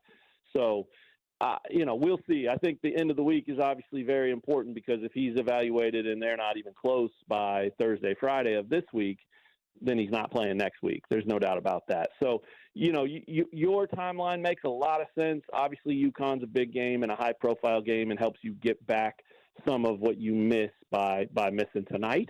And playing, Notre Dame and Syracuse out in Vegas, while those are cool moments and a neat thing to be a part of, those don't have the same splash and pop as playing Duke or playing UConn, obviously. And he was there for Carolina, of course. So we'll see, man. I hope it's as face value as it gets, right? For the fans, for Darren, for KU, for everybody, for college basketball. I hope it's really like, hey, let's just let this guy heal up, and in 2 weeks he'll be fine, and we'll look back on this and not even think about it. But until we see that, until we get to that point, it is hard to expect that to be the way it goes. Obviously, it's not a positive when a player like Darren Peterson is injured, but could you argue that this is a blessing in disguise? Like, now this is much more about the supporting cast, establishing roles, figuring out what certain guys to do, and not being able to use the crutch of Darren Peterson, for example. Like, the game against Princeton, like, they kind of had to figure it out, and Flory kind of had to step up and be that number one. Is it possible that Darren being out for, let's say he's out for 2-3 weeks, is it possible that this can end up turning around to be a positive for KU? They better hope it is, right? Because there have been some times with this team where they have looked lost without him. And so, the only way to figure out how to play without him is to play without him. And they're going to have to survive if that's the case. But I can definitely see from the KU fan perspective and even from the KU, program perspective that that's the goal, that's the hope.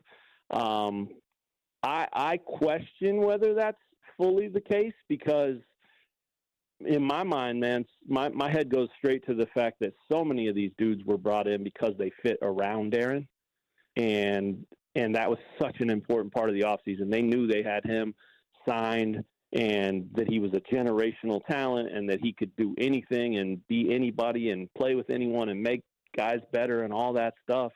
So they really were intentional about finding fits with him and next to him and around him. And so I do think it's a big ask when take a guy like Melvin Council Jr., for example. I mean, he's a perfect running mate with Darren Peterson on the floor, but can he be the dude? Can he be your number one guard? He's certainly fast enough and crafty enough and explosive enough to be so, but he's not a scorer like Darren is. Very few people are.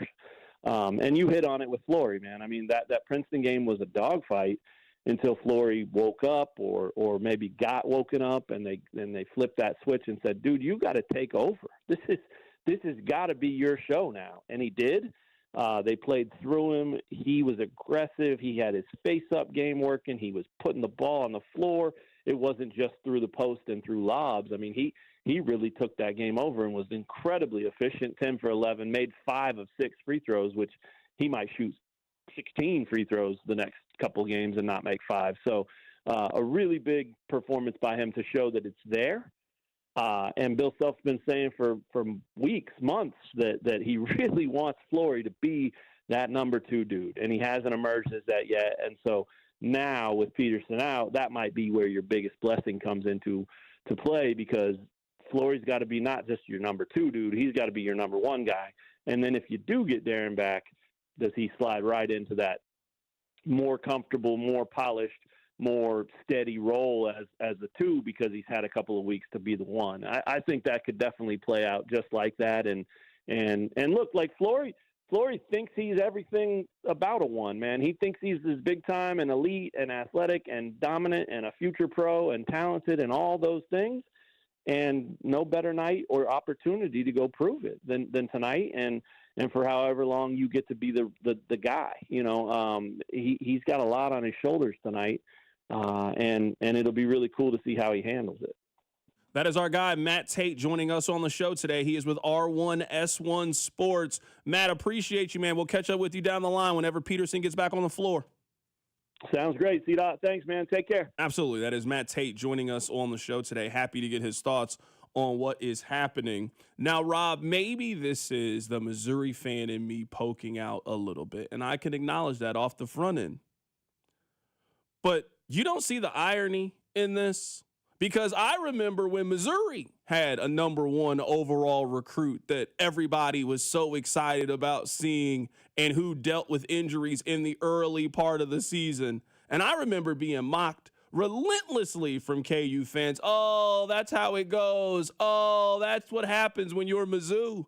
Rob, you don't see the irony that now KU finds themselves in the exact same situation that Missouri was in, 7-8 years ago with Michael Porter Jr. You have Darren Porter Jr. right now as your point guard. He's injured, and you have no clue when he is going to come back. Now, I think he is going to play more games this season than Michael Porter. I also just think, I don't think his injury is as significant as Michael Porter's. Like, I think you see the Porter, the back stuff was very, very real and something that he has dealt with in the NBA to this day. But you don't see the irony in these two situations that Kansas is almost in the exact same situation that Missouri was in when they had the number 1 overall recruit. I mean, the situations mirror themselves a little bit. Now, let's see if they play out the same way, because Porter played against Kansas in it was for a hurricane relief game. I can't remember which hurricane.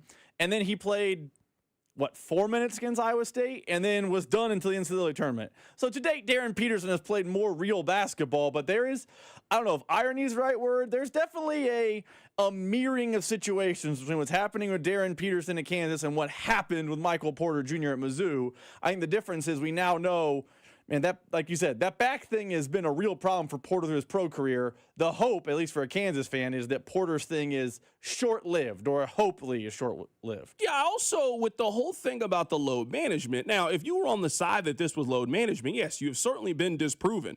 But it had all of the early symptoms of a player that was load managing. He played in the Carolina game and played pretty well in the Carolina game. He then practiced every day after the Carolina game. In fact, he practiced last Tuesday with KU, the morning of, participated in the shoot-around, went up to Bill and said, I'm hurt, and has not played or practiced since. It had all of the rhythm of a player that was just sitting out the games that didn't really matter, and I think we were all looking at it. Like, it is impossible to have the load management stance today if you had it. Why would you not play in this game if you're him? Why would you not play? Like, you're not choosing to sit out of this game.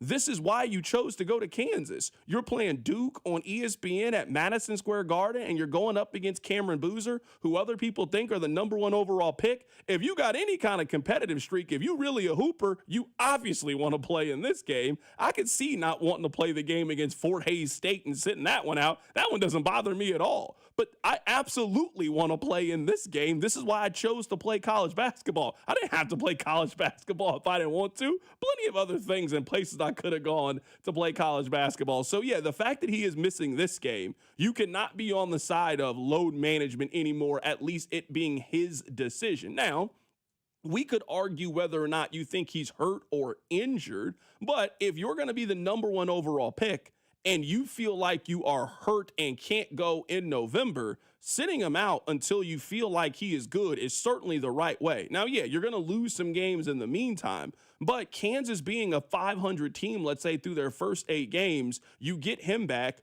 We all know how the committee works. The committee will look favorably on KU, and they will not penalize them for not having their best player in the first 2-3 weeks of the season, as long as they don't completely fall off a cliff during that time. Get healthy, get right, take care of your business in conference play. You play in a great conference, so you'll have plenty of opportunities to get good wins. Like, this is not the worst thing to happen for Kansas if you get him back soon enough ready to go. We have a lot of time, like a lot of time, between now and when the committee meets in March to talk about the NCAA tournament. But I kind of think this is a no-lose situation for Kansas, assuming Peterson eventually returns to Kansas at full health. Because think about it. I do not believe Kansas is winning tonight, so don't take this as like, oh, Rob picks Kansas. I can't really think of a game going into it that KU fans essentially gave their team no chance of winning. It's been a long... I've not heard a single... I mean, they're double-digit underdogs. When was the last time that KU was a 10-point underdog against anybody in a matchup? I mean, it's been... I don't have the data in front of me. It's probably been 15, 20 years. Like, I'm trying to think back of a maybe early self when they played like a Villanova or something that first year. I don't know. They played Michigan State on the road one of those years, maybe then. So I'm not giving Kansas a chance tonight. My point was this. If KU misses Peterson for their 2 weeks and they lose to, UConn, and they lose to Duke, but they beat Syracuse and they win another game, and you come out of this, hey, you're 2-2 without Darren Peterson, and then Peterson hits the ground running and all of a sudden you're the team people thought you'd be, the committee is not going to penalize you for losing games without Darren Peterson. If anything, if you win games without Darren Peterson, the committee is going to look more favorably. Imagine if KU did win tonight. Again, not picking them. They have no chance. Hands and feet, as you would say, are coming to Kansas. But let's say they pull the upset tonight. You don't think there's any chance they can be competitive today? I don't think they have the talent to keep up with Duke without Peterson. They built their entire team around the idea we have a transcendent NBA point guard, and we're going to surround him with role players. And now you've taken the transcendent point guard off the floor. Role players aren't beating Cameron Boozer. You better get Flory and Trey White. They better start hooping tonight. I mean, unless Cameron Boozer decides I'm also not feeling it with my hamstring. Who's guarding him today? That's a great question. I'm asking. I don't know. I don't know who's guarding Melvin Council. That's the best answer I got. All right. That's my point about it. I'm looking forward to watching KU tonight. I'm looking forward to seeing what they look like today. I mean, you know what? Speaking of players making a lot of money, you spent a lot to keep Flory away from Auburn. Auburn was very close on Flory Badunga. I think he verbally committed to going there. That's what I think happened. And I think he verbally committed and was like, no, not so fast. We need him. That's what I think happened. Then that check cleared. Now he's at Kansas. 100%, yeah. That check ain't small. He's not getting, minimum wage money to play at Kansas. It'd be nice to see him earn his paycheck tonight, like go out and play like the guy they paid to get. Again, he's built to fit around Darren Peterson, but He's 7 foot and bouncy. Go out and make some plays, young man. I'm going to tell you this. I really want Darren Peterson to play in the Missouri game. I don't want any so asterisks. I don't want any. No. Do I. I don't want any asterisks. I don't want any excuses when Missouri wins the game. I don't want any, we would have won. No, I don't want that. I want everybody on KU fully healthy. Flory, Darren Peterson. Speaking again, Joel Embiid. Who on Missouri can guard Darren Peterson? Whoever you think you need. Who on Mizzou can guard Darren Peterson? I mean, nobody, but we ain't got to worry about it. I mean, you only got 2 dudes I need to worry about. We ain't that worried about it. Y'all got 2 dudes. I mean, it doesn't matter who's playing. We know Missouri going to give up 80. They just got to try to score 91. That's how they got to try to win. They got to try to beat KU 91-80. I mean, that's how K-State's beating teams this year, too. We live in a world where the plan is you got to outscore Kansas. Like this, historically, Kansas has the better athletes, and trying to outscore them is not a winning formula. So the text line says it's been since 2000 against Duke when KU was last a double-digit underdog. A lot of KU fans are mad that I called it load management. I want to apologize and say that I was wrong about Darren Peterson load managing. He's actually hurt. I know the text line's very upset that I said that last week, that he was not hurt. He is hurt. Very hurt. I apologize to all KU fans everywhere. I hope that makes you guys feel warm and toasty as KU was putting them getting smoked later today. He's really hurt. No, that's why he's not playing today. So, no, I was wrong when it came to Darren Peterson. I did think – I 100% thought that Darren Peterson was just, no, I'm good. I mean, I wasn't mad if that was the case, if that's what he was doing. But I do not believe that anymore. I was wrong on Darren Peterson. I apologize. You know what's funny? And maybe funny is the wrong term. Because I was with you. I'm a Kansas fan, and I felt like, yeah, he's load managing. And I also had no problem with him load managing. I think it's funny when we pick and choose when load management and when, being risk adverse with athletes does and doesn't make sense. It looked on paper like Darren Peterson was load managing. We now know he wasn't. Whatever. We had a caller in the show yesterday talking about the Chiefs that said, hey, if they lose a couple more games, would you ice down Mahomes in December? These conversations are just prevalent in sports in 2025, especially in college sports. Hey, they're getting paid a lot now. They're going to get paid a lot more in the pros. Do they really want to play against Green Bay and Fort Hays State? Probably not. I think we were wrong, both of us. Arm in arm, hand raised, we were wrong. But I don't think the idea that he is load managing was a crazy thought in 2025. Yeah, it had a lot of. It looked like a duck. It was waddling. It had a lot of load management energy. It was 100%. It was like a week earlier. We said, hey, speaking of looks like a duck and waddles like a duck, we said, hey, I think Dylan Edwards might enter the portal. This is all weird. And guess what happened? Dylan Edwards entered the portal. Sometimes in college sports in 2025, speculating on a player movement is kind of just the nature of the beast nowadays. Yeah, I gave my opinion on what I thought was happening at KU. I just kind of thought that was the job. Coming up on the other side, we'll get back to the Chiefs. Keep it right here. It's The Drive. This is Wyatt Thompson from K-State, and you're listening to The Drive with CDOT right here on 96.5 The Fan and the Odyssey app. Brought to you by DM Injury Law. Have you or a loved one been in a car wreck? Contact DM Injury Law today and get the money you deserve. Car wreck? Remember, Mike's got this. This is the story of the one. As a maintenance supervisor at a manufacturing facility, he knows keeping the line up and running is a top priority. That's why he chooses Grainger. Because when a drive belt gets damaged, Grainger makes it easy to find the exact specs for the replacement product he needs. And next-day delivery helps ensure he'll have everything in place and running like clockwork. Call 1-800-GRAINGER, click Grainger.com, or just stop by. Grainger, for the ones who get it done. Hey, Kansas City, it's Brian Pringle with Victory Ford at the Legends in KCK. Looking for a better car buying experience? At Victory Ford, we do things differently. Friendly, knowledgeable people who actually listen. Clear, upfront pricing with no games or gimmicks, and financing that fits your life. Whether you're hunting a rugged truck, a family SUV, or a fuel-smart commuter, our team walks you through every option so you drive away confident. Got a trade? We pay top dollar. No haggling, just a fair, honest offer so your next ride is within reach. Need financing? Our excellent financing specialists work with multiple lenders to get you competitive terms, even if your credit isn't perfect. We're easy to get to from anywhere in the city, conveniently located at the Legends in KCK, just off 435 and Parallel Parkway, down the street from the Kansas Speedway and Nebraska Furniture Mart. Stop by, take a test drive, and feel the difference of a dealership that treats you like a neighbor. Visit us today at the Legends in KCK or victoryfordkc.com. Victory Ford, where our first price is better than their last. Hey friends, it's noisy out there with information coming at us all day, every day. It's hard to know what to trust, and the world of wealth management is no exception. That's why UMB Private Wealth Management helps you tune out the noise and tune into what matters most. They'll create a financial plan based on your unique goals, so it's your voice that comes through loud and clear. Get financial clarity. Go to umb.com/privatewealth to schedule an appointment. That's umb.com/privatewealth. BetMGM is coming soon to Missouri. Sports fans in Missouri can pre-register and get up to $1,500 paid back in bonus bets if their first bet loses, plus an additional $100 in bonus bets if they deposit before December 1st.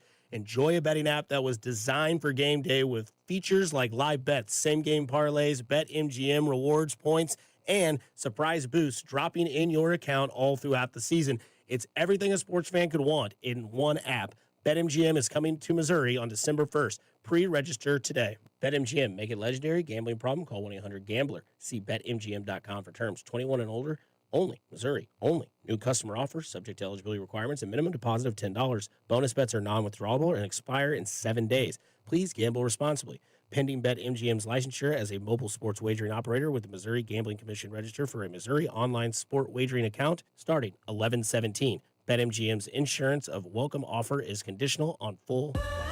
I love a day on the water with friends, but my moderate to severe plaque psoriasis sometimes holds me back. Now I'm all in with clearer skin thanks to Skyrizi. Risankizumab Riza, a prescription-only 150 milligram injection for adults who are candidates for systemic or phototherapy. Teaching music is my passion, but my active psoriatic arthritis can limit me at times. Now I'm treating my joint symptoms with Skyrizi. With Skyrizi, most people with plaque psoriasis saw 90% clearer skin at 4 months. Or if you are an adult with active psoriatic arthritis, Skyrizi helps you move with less joint pain, stiffness, swelling, and fatigue. Don't use if allergic to Skyrizi. Serious allergic reactions, increased infections, or lower ability to fight them may occur. Before treatment, get checked for infections and tuberculosis. Tell your doctor about any flu-like symptoms or vaccines. There's nothing like clearer skin. There's nothing like better movement, and that means everything. Ask your doctor about Skyrizi. Visit Skyrizi.com or call 1-866-SKY-RIZZI to learn more. This is the story of the one. As a custodial supervisor at a high school, he knows that during cold and flu season, germs spread fast. It's why he partners with Grainger to stay fully stocked on the products and supplies he needs, from tissues to disinfectants to floor scrubbers. All so that he can help students, staff, and teachers stay healthy and focused. Call 1-800-GRAINGER, click Grainger.com, or just stop by. Grainger, for the ones who get it done. At Audion Hearing, our mission is simple: to make better hearing affordable for everyone. This Black Friday, enjoy exclusive savings on our high-quality rechargeable hearing aids. Clear, comfortable, and ready to use right out of the box. And here's a study worth hearing. Research shows that wearing hearing aids can reduce your risk of dementia by up to 61%. Join over 1 million happy customers and shop Black Friday deals before they're gone at audionhearing.com. That's AUDIEN hearing.com. Here's traffic, brought to you by DM Injury Law. Have you or a loved one been in a car wreck? Contact DM Injury Law today and get the money you deserve. Car wreck? Remember, Mike's got this.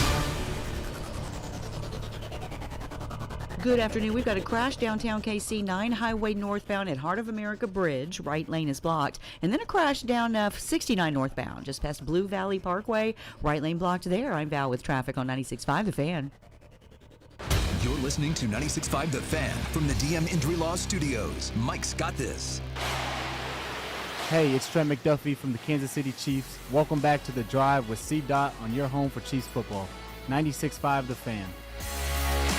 All right, welcome back into the show. My name is Carrington Harrison. Very happy to be here. Let's get back to the Kansas City Chiefs. I'm sure at some point today we'll get back to Darren Peterson. Darren Peterson is out for today's game against Duke.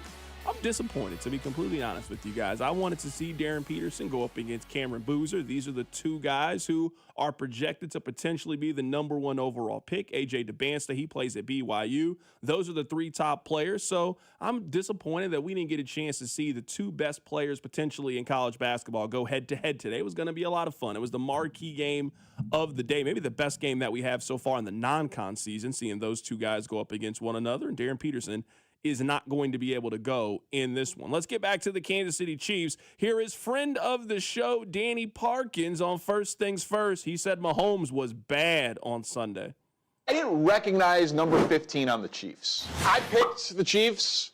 I bet the Chiefs. I was shocked by it also.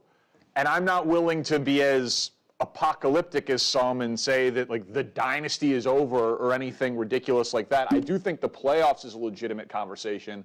But the most shocking thing about that game to me was that Bo Nix outplayed Mahomes. Like, and we can talk about specifics of Bo Nix. Mahomes was bad. And I know that Broncos defense is awesome, but like Andy Reid with extra time to prepare in a virtual must-win game, great offensive coach, great offensive talent. They've fixed their offensive line. They've got the receivers. Like the numbers are one thing, and we should show them just to like it's empirical that he was outplayed by Bo Nix. But I didn't recognize Mahomes. I don't want to come off as overreacting to what happened on Sunday or their start. I don't feel that way. But this is where I have to disagree with Danny just a little bit. The dynasty conversation, I would say it's not closed yet. But if you are telling me that with a 30-year-old quarterback, your team outright misses the postseason, and it is not like they missed the postseason because Mahomes was hurt. You remember, there was a year in which the Patriots missed the postseason. That was the Matt Castle year. So remember, Tom Brady tore his ACL in the first game of the season, and then they missed the postseason. Yeah, you get an asterisk for that. But every year that Tom Brady was the starting quarterback for the New England Patriots, they made the postseason. Again, maybe this will be unfair, but the team that we have compared the Chiefs the most to over the last 7 years has been the New England Patriots. If you get blown out the way they got blown out in the Super Bowl, and then you turn around and then outright miss the postseason, please stop talking about the Patriots to me. Now, we can make the point that the Patriots played in an easier division. That certainly played a part of it. But we saw enough Tom Brady in these games. If the Patriots needed to win 6 of their last 7 to make the postseason, Tom would have figured out how. Bill would have figured out how to do it. We had 20 years of data. Now, the Patriots didn't win the Super Bowl every year, so that's not the expectation every year is you got to go to the Super Bowl, but the expectation when you got a healthy, in his prime Patrick Mahomes, and you think you got the best coach in a league that is centered around coach and quarterback, you cannot miss the postseason. Not because you missed the postseason because of Jacksonville. That's what we're talking about here. We're talking about that the Chiefs could potentially miss the postseason because they weren't better than Liam Cohen and Trevor Lawrence. Or they lost the postseason because of C.J. Stroud and DeMeco Ryans. Like, that's what we're talking about. Let's say that Buffalo makes it. Let's say that the Chargers end up making it. So we're talking about them either grabbing that 6th or that 7th spot. Well, who would they lose the spot out to? Jacksonville or Houston is what we're talking about. So, yeah, I'm done having the dynasty conversation. That's not to say they can't go back to another Super Bowl, and you can obviously restart dynasties. The Patriots did that. The Patriots really had 2 dynasties kind of smushed into one. They had one run where they won all the championships. They kept making the postseason, but they would lose. They lost to Peyton. They lost to Mark Sanchez a couple of times. They lost to Flacco. They lose here. They lose there. And then they had another run of gobbling up championships. So I'm not saying the run is over. But the dynasty that we have been celebrating in the 5 and 6 years, and no, it's over. If they miss the playoffs, everybody cannot come back next year. That's mandatory. That needs to come down from the owner. Hey, we have had a fantastic run with this group, but everybody is not coming with us anymore. What just happened here, for whatever reason, is unacceptable. So that's where I would disagree a little bit with Danny there. So I don't think you got to be all doom and gloom, but right now I think you're putting the Chiefs' feet to the fire by saying you guys better make the postseason. Obviously, Andy's not going anywhere. Pat's not going anywhere. But you got to start having some serious conversations about who's on the team next year. If this team can't rally with a favorable schedule down the final 7 weeks of the season and can't put together a 6-1, everybody is expecting it. Vegas is expecting it. The rest of the AFC, we as everybody is expecting the Chiefs to figure this thing out at some point. If they don't figure it out, it's going to be because of the power structure, and something is off at One Arrowhead Drive, and how do they get that back? So that is Danny. Here is Damian Woody of Get Up. Here's what he said about the Chiefs. I think the aura is gone in Kansas City. I really do. I think this is a team where, it's kind of like, New England from the past, where in New England, you used to, half the battle was mental going up against that team. But I think now these teams, teams going into this game is like, the hell with Kansas City. We saw last year they won a bunch of one-score games on their way to Super Bowl and then getting shellacked by the Philadelphia Eagles. Guess what? This year, they're 0 for 5 in one-score games. They're not able to finish these type of games. I don't think teams are scared of the Kansas City Chiefs anymore. They don't create explosive play. They got all their guys. All that we've been talking about, getting Rasheed Rice back, Hollywood Brown, Xavier Ward, all these guys, they still can't create explosive plays, still can't protect Patrick Mahomes. That Denver Broncos team, in particular that defense, got after his behind.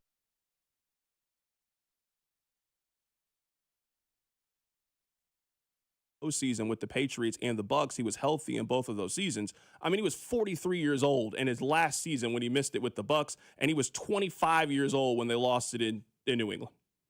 He was 25 years old. I mean, he wasn't Tom Brady yet. I'm talking about at 30. You want to know what Tom Brady was doing? He was 30 years old. He threw for 4,800 yards, 50 touchdowns, and they went undefeated.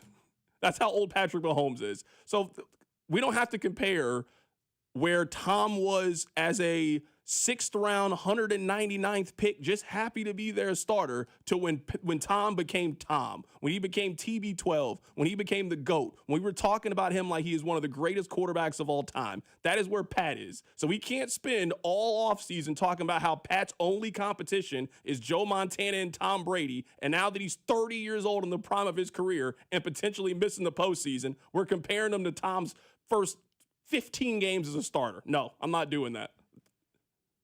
We've been talking about this team like a dynasty, like they are one of the greatest teams of all time. They are on the ropes right now, missing the postseason. They don't have any other tiebreakers against the team that they need. So again, it's not over. They just got to start winning games. It's that simple. They got 7 playoff games the rest of the way, and 4 of them were against playoff teams in the AFC.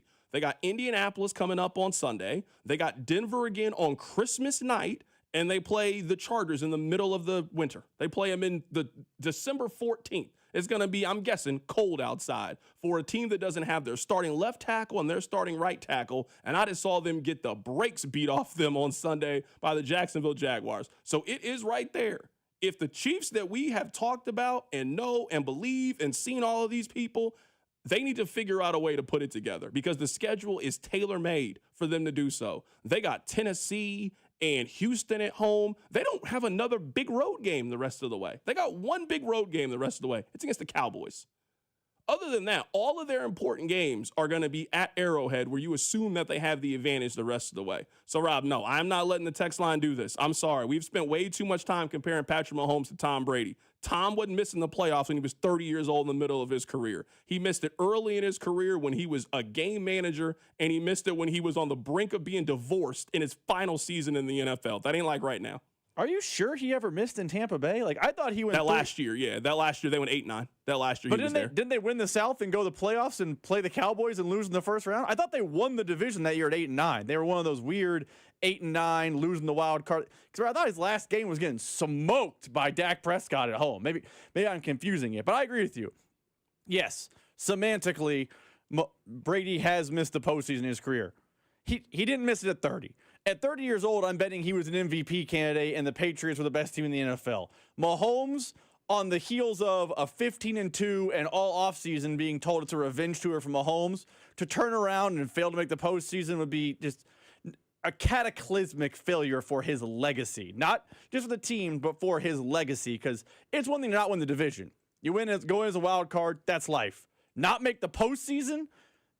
Andy Reid's only missed the postseason once here, and to not do it with Mahomes would be, yes, cataclysmic failure. Yeah, because looking at it right now, Brady, when they were 30, that was the undefeated year. The next year, remember that first game, oddly enough, it was against the Chiefs. Remember, that was the Bernard Pollard hit, so he only played in one game that year. And then he came back at 32, and they went back to being the Patriots that year. So, yeah, this is the prime. And as I said off the open, man, Pat has everything.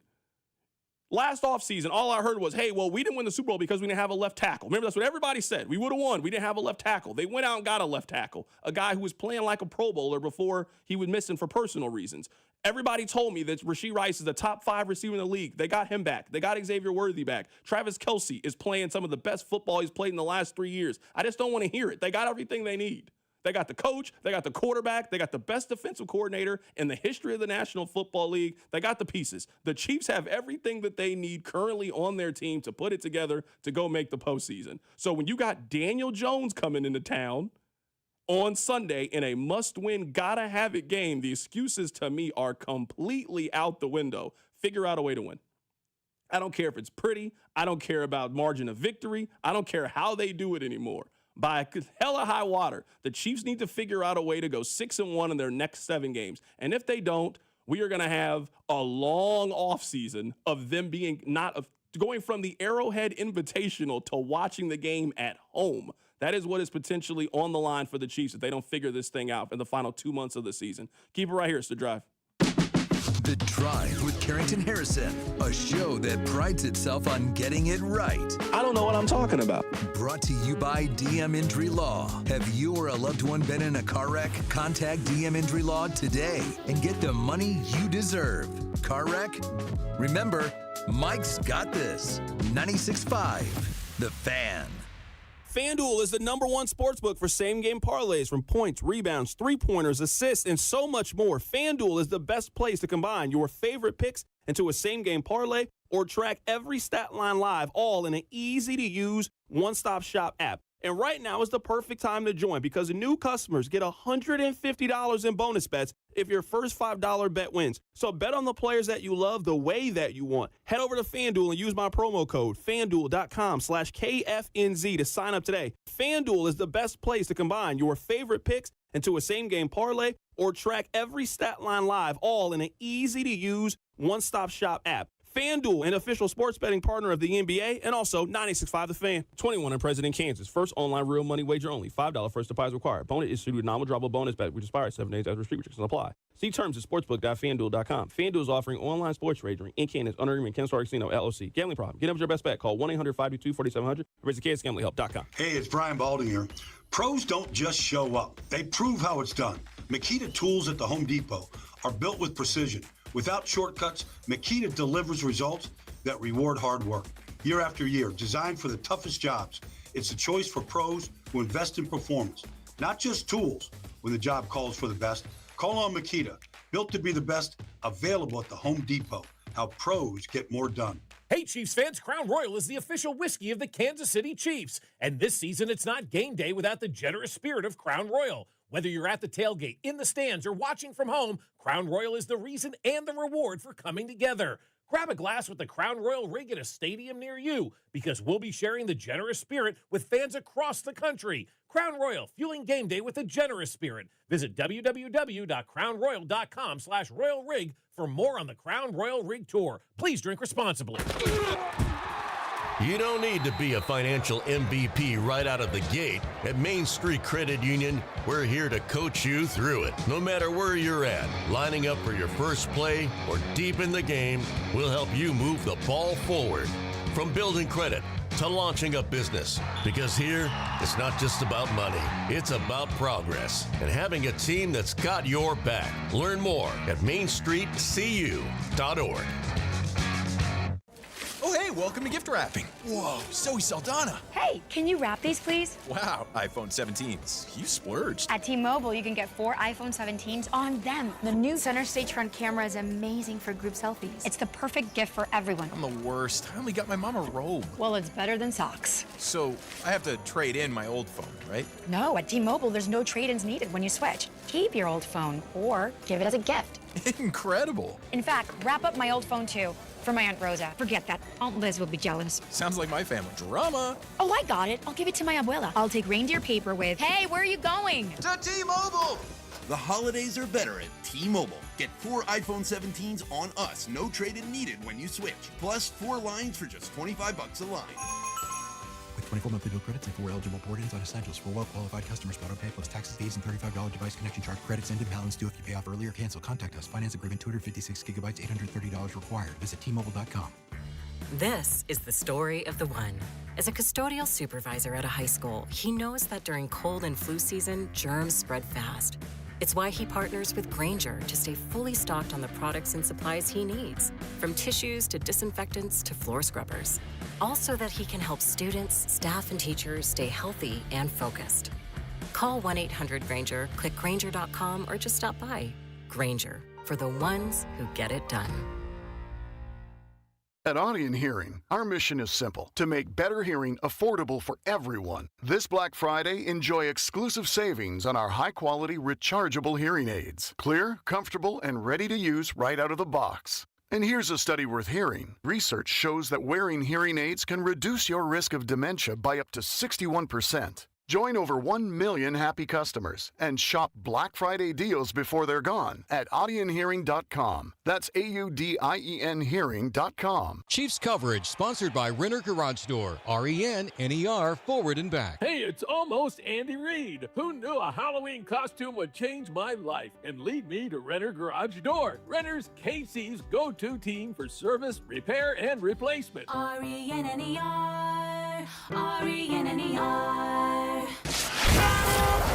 Here's traffic, brought to you by DM Injury Law. Have you or a loved one been in a car wreck? Contact DM Injury Law today and get the money you deserve. Car wreck? Remember, Mike's got this. This has been brought to you by Peters Clothiers, Kansas City. You've got the multi-car crash, Blue Springs, 40 Highway, eastbound at 472. Right lanes are blocked. And then a crash, 69 northbound past Blue Valley Parkway. Right lane blocked there. Men, you need to look great for holiday events. Let Peters Clothiers give you the perfect fit you're looking for, from sportswear to suits and sports coats and sizes to fit every man. PetersClothiers.com, or stop in today, 124th and State Line. From the Anthony Plumbing, Heating, Cooling, Electric Traffic Center on Val, KMZ Traffic. Follow the station on Instagram at TheFan965 for giveaways and behind-the-scenes content. Let's finish this conversation that we were having about the Chiefs. So, Danny said this on First Things First, and this is kind of what got things going. Here's a friend of the show, dear friend, Danny Parkins, on his show. You can catch it on FS1. I didn't recognize number 15 on the Chiefs. I picked the Chiefs. I bet the Chiefs. I was shocked by it also. And I'm not willing to be as apocalyptic as some and say that, like, the dynasty is over or anything ridiculous like that. I do think the playoffs is a legitimate conversation. Yeah. But the most shocking thing about that game to me was that Bo Nix outplayed Mahomes. Like, and we can talk about specifics of Bo Nix. Mahomes was bad. And I know that Broncos defense is awesome, but like Andy Reid with extra time to prepare in a virtual must-win game, great offensive coach, great offensive talent. They've fixed their offensive line. They've got the receivers. Like, the numbers are one thing, and we should show them just to, like, it's empirical that he was outplayed by Bo Nix. But I didn't recognize Mahomes.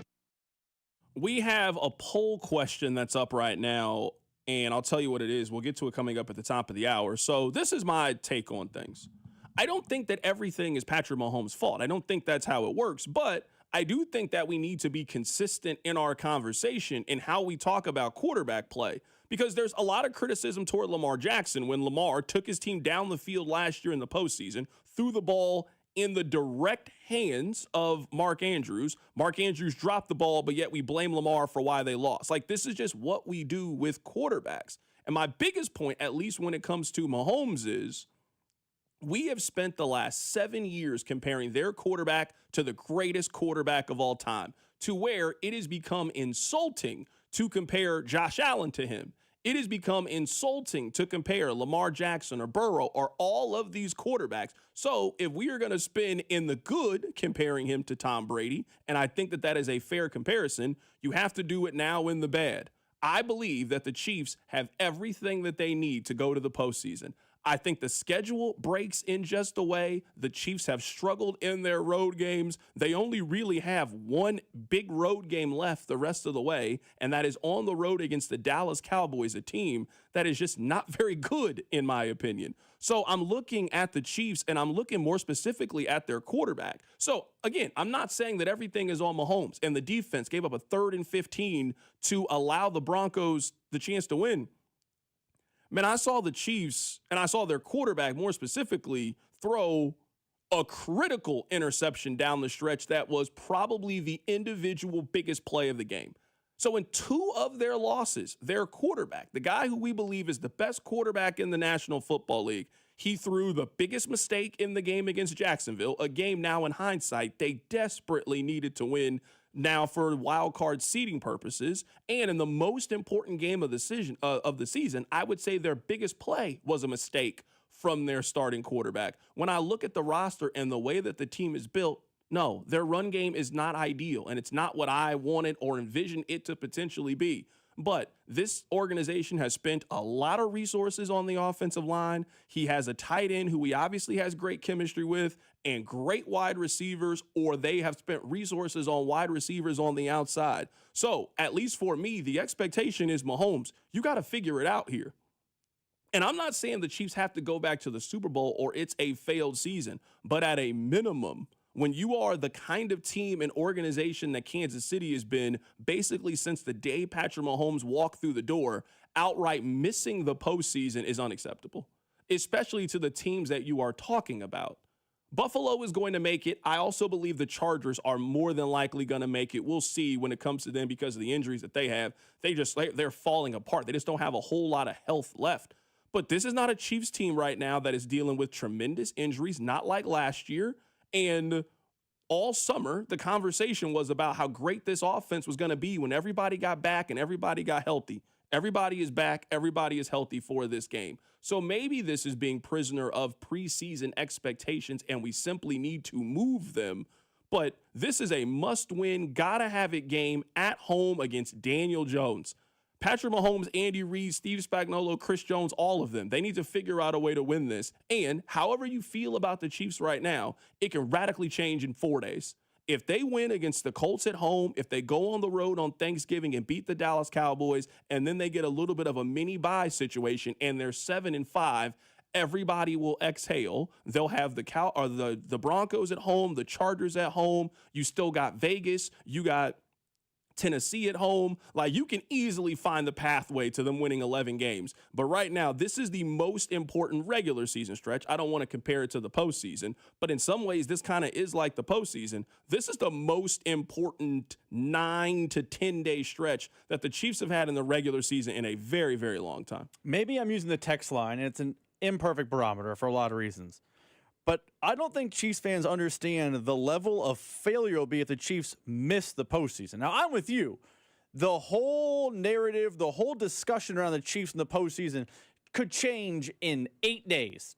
If it's 6 o'clock at night and Thanksgiving is ended and you're eating your leftovers, maybe some pumpkin pie, and the Chiefs have just beaten the Colts and the Cowboys, obviously these conversations will be moot. But they are 5-5. And if they go 1-1 in their next 2, or heaven forbid 0-2, they're not making the postseason. They're in real jeopardy of missing it. And that is an enormous failure. I know that the division streak was eventually going to come to an end. That's kind of life.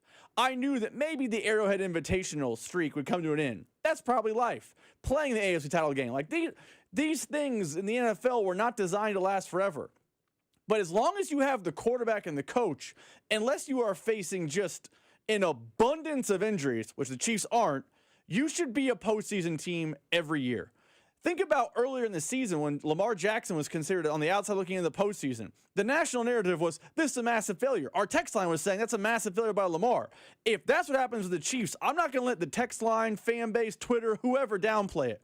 Missing the postseason, missing it, not being part of the postseason with Patrick Mahomes in his prime is nothing short of a cataclysmic disaster.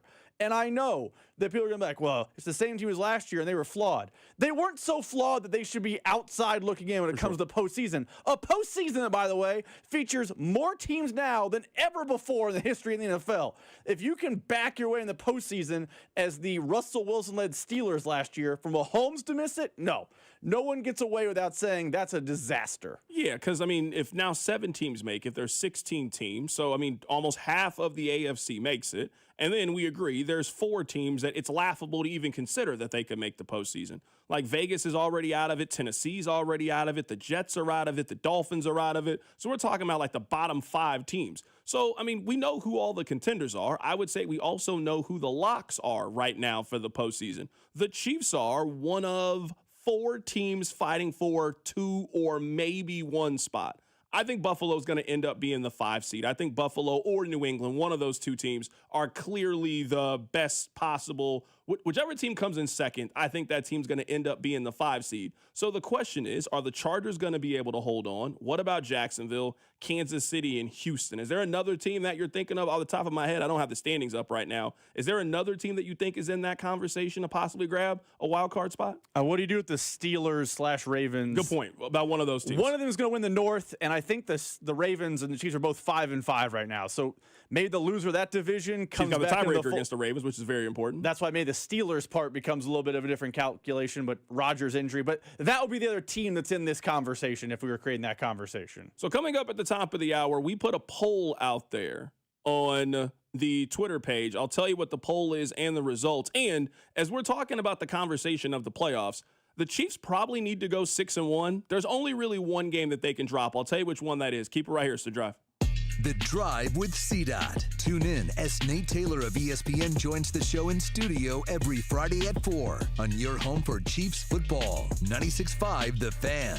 The Drive, brought to you by DM Injury Law. Have you or a loved one been in a car wreck? Contact DM Injury Law today and get the money you deserve. Car wreck? Remember, Mike's got this. Here's traffic, brought to you by DM Injury Law. Have you or a loved one been in a car wreck? Contact DM Injury Law today and get the money you deserve. Car wreck? Remember, Mike's got this. This one brought to you by Conley Plumbing Solutions. The multi-car crash still working in Blue Springs. Eastbound 40 highway at 470. One right lane is blocked. Shawnee, that's a crash. 35 northbound on the ramp to Lamar, so the right lane is blocked there. Conley Plumbing Solutions, your neighborhood plumber. They've been in business since 2012, offering residential service and project work like commercial and rooter service. Visit ConleyPlumbingSolutions.com to schedule. I'm Val with traffic on 96.5 The Fan. Hey, Zach.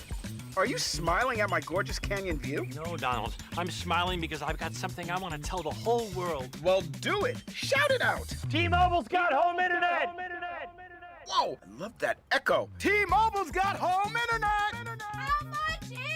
Look at that, Zach. We got the neighbors' attention. Just $35 a month.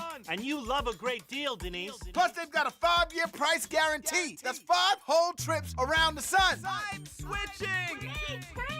Yes, T-Mobile home internet for the neighborhood. Donald, you still haven't returned my weed whacker. Carl, don't you embarrass me like this, please. What's everyone yelling about? T-Mobile's got home internet. And Donald's got my weed whacker. Yes, T-Mobile's got home internet. Just $35 a month with auto pay and any voice line. And it's guaranteed for 5 years. Beautiful yodeling, Carl. Taxes and fees apply. See T-Mobile.com/ISP for details and exclusions. Nationwide is so much more than a great insurance company. They're one of America's largest financial services companies. Like how I'm more than just Peyton Manning. I'm also motivating Manning, and you too can be so much more. Nationwide Investment Services Corporation, member FINRA, Columbus, Ohio. We're on a mission to get everyone high-quality health insurance and better health. We have plans with low out-of-pocket premiums. For coverage to start January 1st, you must enroll by December 15th. Go to ambetterhealth.com/enroll for your free, no-obligation quote. That's ambetterhealth.com/enroll. Ambetter Health, on a mission for better. Ambetter Health is the brand name for health insurance products underwritten by subsidiaries of Centene Corporation. Go to ambetterhealth.com to see offerings in your state. This is a solicitation for insurance. Numerous brands to choose from, endless options, one incredible experience. At Aristocrat Motors, we treat every driver like royalty and offer the finest luxury vehicle experience in Kansas City. Come see us today and let us roll out the red carpet for you. What's up, Missouri? Tony Gonzalez here.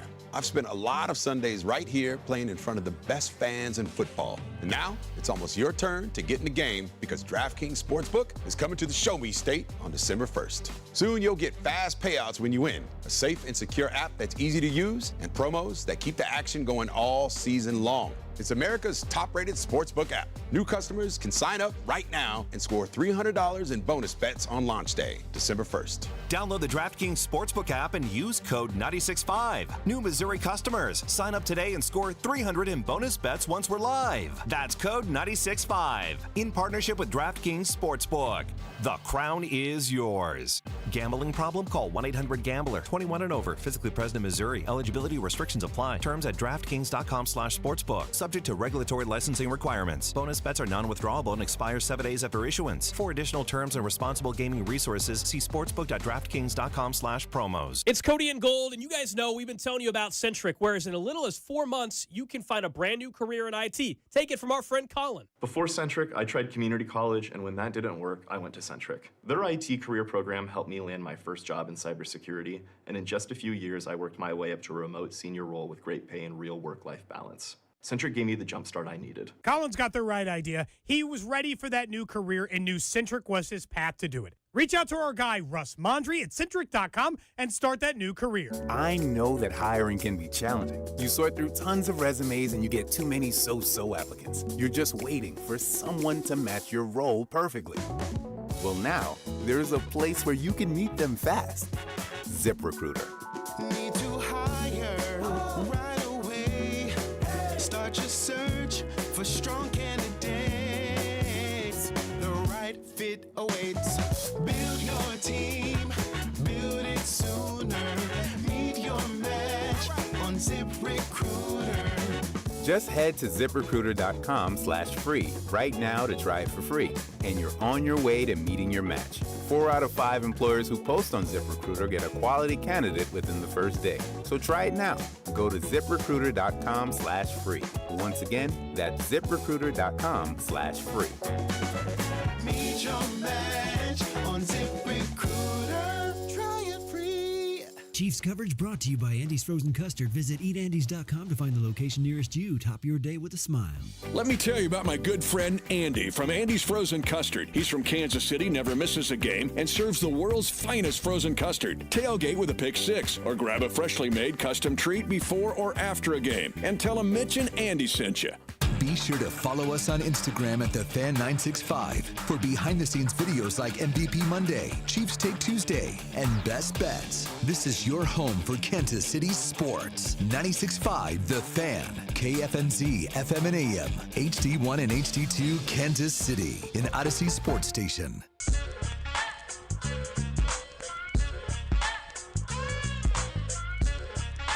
Text line 913-586-7965. Sometimes I find myself with arguments on the text line, and maybe that's just the business sometimes. I never thought the stance of the team that has the best coach and best quarterback in the league should just expect to make the playoffs every year, and if they don't, it's a colossal failure. I didn't know that that would be a controversial stance on the text line. So we have been talking about a couple different things. We've been talking about the Chiefs. Obviously, we'll get to our poll question that we have coming up in just a little bit. We've also been talking about Darren Peterson.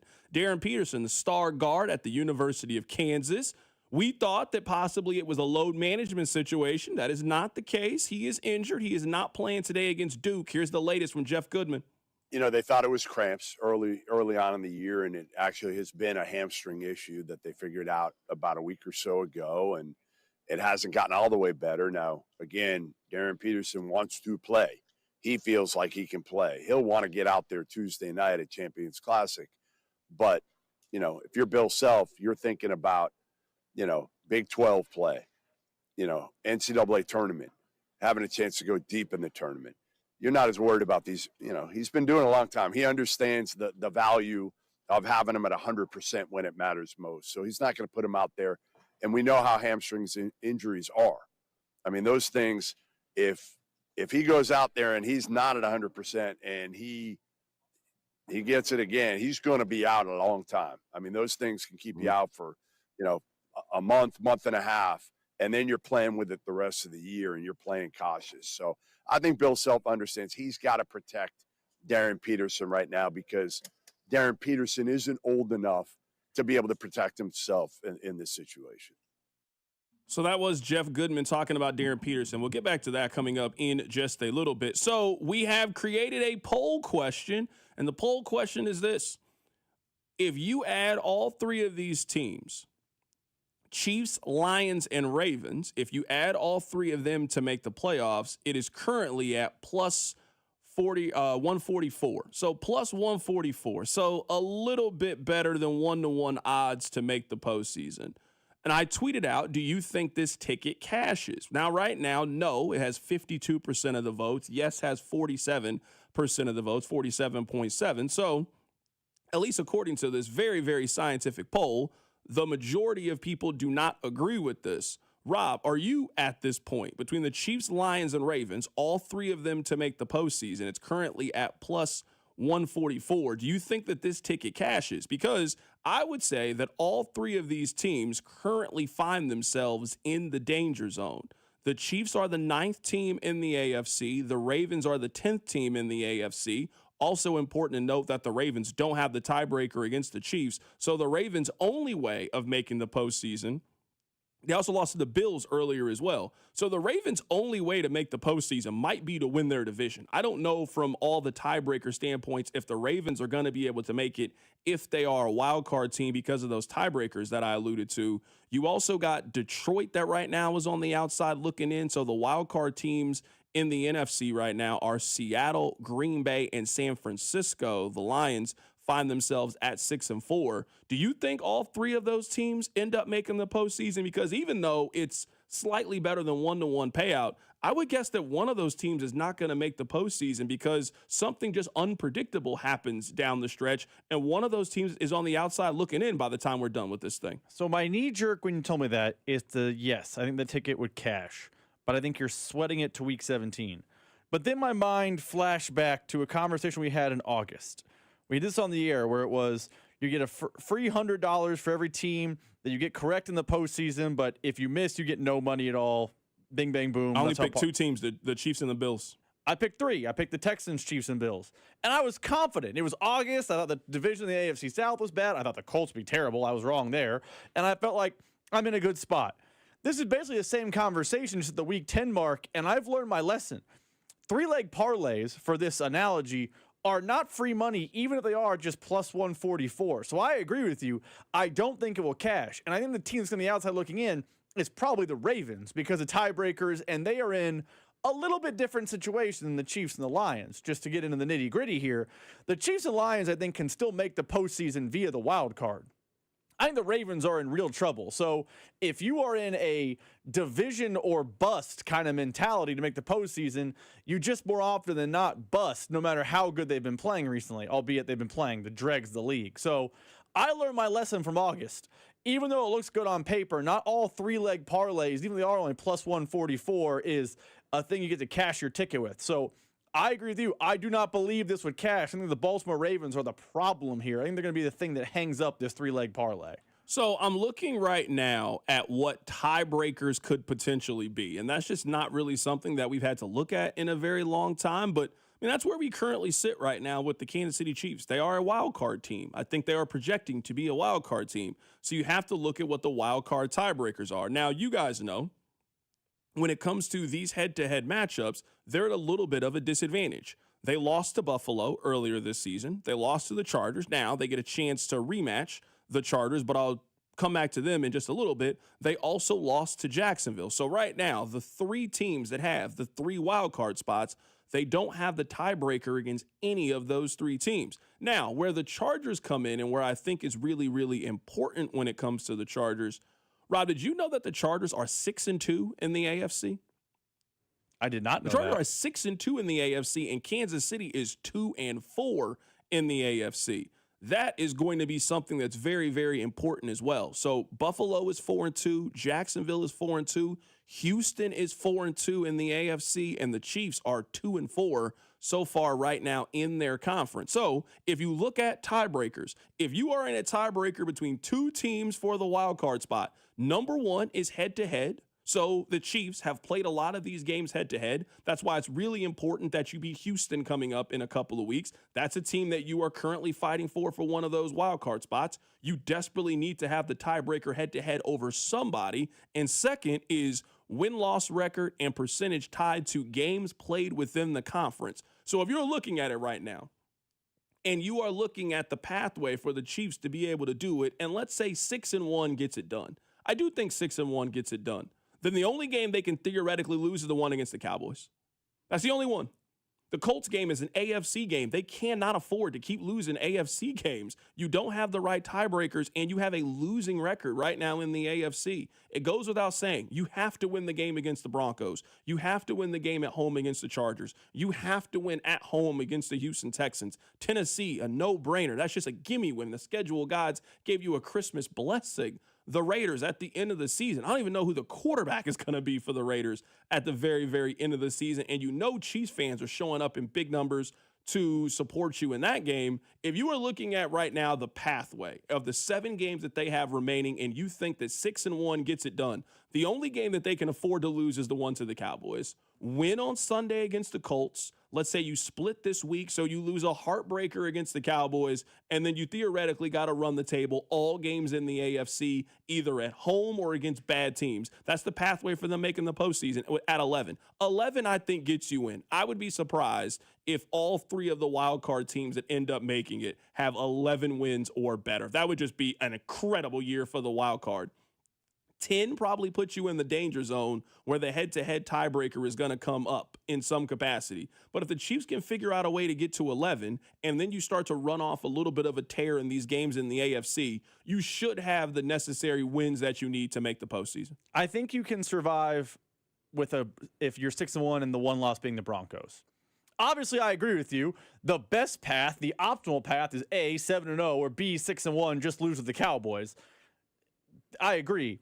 I think you can survive in advance if you get to 11 with the loss to Denver, because Denver will then run away with the division. They will go about their merry business, and yes, that hurts your AFC record, but then you'll then be carrying, 5 games against the AFC outside of that? You go 5-0 in those, which includes games against the Texans, which will rack up a tiebreaker, the Chargers, which will hopefully even out some tiebreakers, and then 2 other AFC opponents, the dregs of the league, with the Raiders and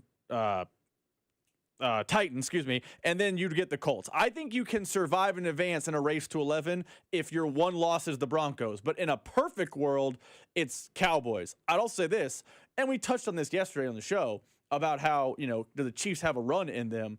If you're 5-2, you're in dire straits if the losses go the wrong way. Like if you go 5-2 in your next 7, and the 2 losses are Houston and Indianapolis, you might be 10-7 on the outside looking in. So the margin of error for the Chiefs is saying razor thin is almost too big of a term. I would say it's as thin as it's ever been. But I do think you can survive at 6-1 with your one loss being the Broncos. Yeah, I'm looking at it right now, and I think that Buffalo or New England, whichever team doesn't win the AFC East, I think that team ends up being the 5 seed. So I would say that one of the playoff spots I think is largely going to be unattainable. I find it kind of hard to believe that Kansas City, just given their record, is just going to be the best wild card team. Just seems kind of hard given the tiebreakers, given all of those things. It seems kind of unlikely that would end up being the case. So it's probably the 6 or the 7 seed that you could possibly get. So if you're asking then in that case, then you got to be better than the Chargers in Jacksonville. 2 teams that have beaten you head to head. So you got to be better than. Now, the Chargers thing, you can kind of get some of it back, but it's important to know when someone says the tiebreakers for in your division are different. The Chargers are 3-0 in the AFC West. The Chiefs are 1-2. Now, I don't think the Chargers are going 6-0 in the AFC West. They got to go on the road to Denver. They got to go on the road to Kansas City. So those are games that you potentially think you can lose. So, this Chiefs team can very easily find themselves 4-2 in the division. And again, start winning the games that you need to win. Some of those tiebreakers you can't do anything about at this point, but you can do something about your AFC record and your divisional record. You just got to get going. We can keep this conversation going on the other side, mapping out how the Chiefs can make the playoffs. If you want to chime in, you can do so. 913-586-7965. Keep it right here. It's The Drive. The Drive with Carrington Harrison on your home for Kansas City sports. 96.5 The Fan. Brought to you by DM Injury Law. Have you or a loved one been in a car wreck? Contact DM Injury Law today and get the money you deserve. Car wreck? Remember, Mike's got this. Hey, folks, it's Carrington Harrison from The Drive here. Many men remember their first time. Not that first time. I'm talking about the first time that erectile dysfunction ruined that special moment. And if you're over 50, then the chances are then you've experienced this before. That first time can be frustrating. It can be a little bit embarrassing. But here's the good news. At Heartland Men's Health, that first time can also be the last time. Heartland Men's Health specializes in treating ED when the pills and herbals fail. With a success rate of over 90%, many men see results just after one visit. So your first visit is just $99, which includes a consult, lab work, and if medically advised, you get a test dose. And if it doesn't work right there in the office, then your visit is on the house. So don't let ED define your sex life. Call my friends at Heartland Men's Health today at 844-447-6600 or check out the website, heartlandmenshealth.com today. You can also stop by and visit any of the 3 area locations, Overland Park, Independence, and North Kansas City. Be sure to stop by Heartland Men's Health. The Kansas Lottery Holiday Millionaire Raffle is your best odds of winning $1 million. The next early bird drawing is November 16th for a chance at $30,000. Our Best Bank believes in the power of serving others. That's why we're committed to supporting those who serve our communities. We believe that all communities deserve a financial partner who cares. Our Best. We believe. Hey folks, I've got a couple of important questions for you. Do you know how much money you need to retire? Do you have a plan in place for your loved ones? If your answer is no, it's time to get your financial planning on track with UMB Private Wealth. It's never too late to start. Plus, their team supports you at every step of the planning process. Go to umb.com/privatewealth to schedule your appointment. That's umb.com/privatewealth. Why not start today? Hi, I'm Lexi, your friend and jeweler at Shane Company. If you're planning to propose this holiday, we're ready to make creating your engagement ring a warm, welcoming experience. At Shane Company, we're all about your style, your budget, your dream engagement ring. Explore the widest selection of diamonds and ring settings ready for you to see in person, or visit us at shaneco.com. You'll have your ring in days, not weeks. Our friendly jewelry consultants don't work on commission. There's never any pressure, just perfect proposals. Shane Company, your friend and jeweler. It's time for Black Friday, Dell Technologies' biggest sale of the year. Enjoy huge savings on select PCs like the Dell 16 Plus, featuring Intel Core Ultra processors. And with built-in advanced features, it's the PC that helps you do more, faster. Plus, earn Dell rewards and enjoy many other benefits, like free shipping, price match guarantee, and expert support. They also have huge deals on accessories that pair perfectly with your Dell PC and make perfect gifts for everyone on your list. Shop now at Dell.com/deals. As a mom, comforting my family is what I do best. Vicks Vapor Stick provides soothing, non-medicated Vicks vapors in an easy-to-apply stick, and it dries fast, so there's no mess. I use it to comfort myself and my family. Thanks, Mom. Vicks Vapo Stick, soothing comfort for the whole family. And try Vicks Vapo Shower Max for steamy Vicks vapors when you need more comfort for yourself. Use as directed. Hey, listen to this. All I needed was a new starter. Got a great deal on eBay. Did it myself. Yeah, that's cool. But how about the soft purr of an upgraded exhaust when it fits just right? For me, it's the little things, like these new windshield wipers from eBay I installed. From small fixes to big upgrades, eBay has all the parts you need at prices you'll love, guaranteed to fit every time. eBay, things people love. Eligible items only. Exclusions apply. Too many tools, too much stress, and way too many bills. Odoo replaces it all. One connected platform for every part of your business, so you can work faster, smarter, and for less. Odoo, the only software you'll ever need. Try it free today at odoo.com. That's ODOO.com.